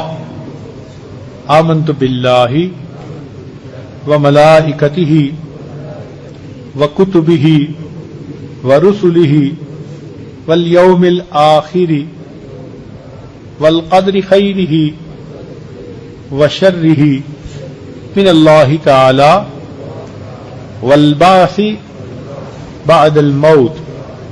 آمنت باللہ کما ہوا باسمائہ وصفاتہ وقبلت جمیع احکامہ اقرار باللسان وتصدیق بالقلب. اشہد ان لا الہ الا اللہ واشہد ان محمدا عبدہ ورسولہ. استغفر اللہ ربی من کل ذنب واتوب الیہ. استغفر اللہ ربی من کل ذنب واتوب الیہ. وصلی اللہ تعالی علی خیر خلقہ سیدنا محمد وعلی آلہ واصحابہ اجمعین برحمتک یا ارحم الراحمین. ان کلمات کو پڑھنے سے اب آپ تو بتائے ہو چکے ہیں. چند اعمال سن لیجئے. ایک تو لیٹے بیٹھے چلتے پھرتے دل میں اللہ رب العزت کا دھیان رکھیے. اس کو کہتے ہیں دست بکار دل بیار. ہاتھ کام کاج میں مشغول اور دل اللہ تعالیٰ کی یاد میں مشغول. اور دوسری بات کہ آپ 100 مرتبہ درود شریف صبح و شام اللہم صلی علی سیدنا محمد وعلی آل سیدنا محمد وبارک وسلم، اور استغفار 100 مرتبہ استغفر اللہ ربی من کل ذنب واتوب الیہ، اور قرآن مجید کی تلاوت روزانہ. یہ چند اعمال ہیں. چلتے پھرتے اللہ کا دھیان دل میں رکھیے. انشاءاللہ ان اعمال سے آپ کے دل کی حالت بدلے گی اور دل میں اللہ رب العزت کی محبت آئے گی. اعمال میں جان آ جائے گی. آپ خود محسوس کریں گے کہ اب آپ کو نماز کے اندر زیادہ یکسوئی ہو رہی ہے. اللہ تعالی ہمارے اعمال کے اندر جان پیدا کر دے تاکہ وہ اللہ کے ہاں قبولیت والے بن جائیں. وآخر دعوانا ان الحمدللہ رب العالمین. عشاء کی نیت تیاری کر لیجیے.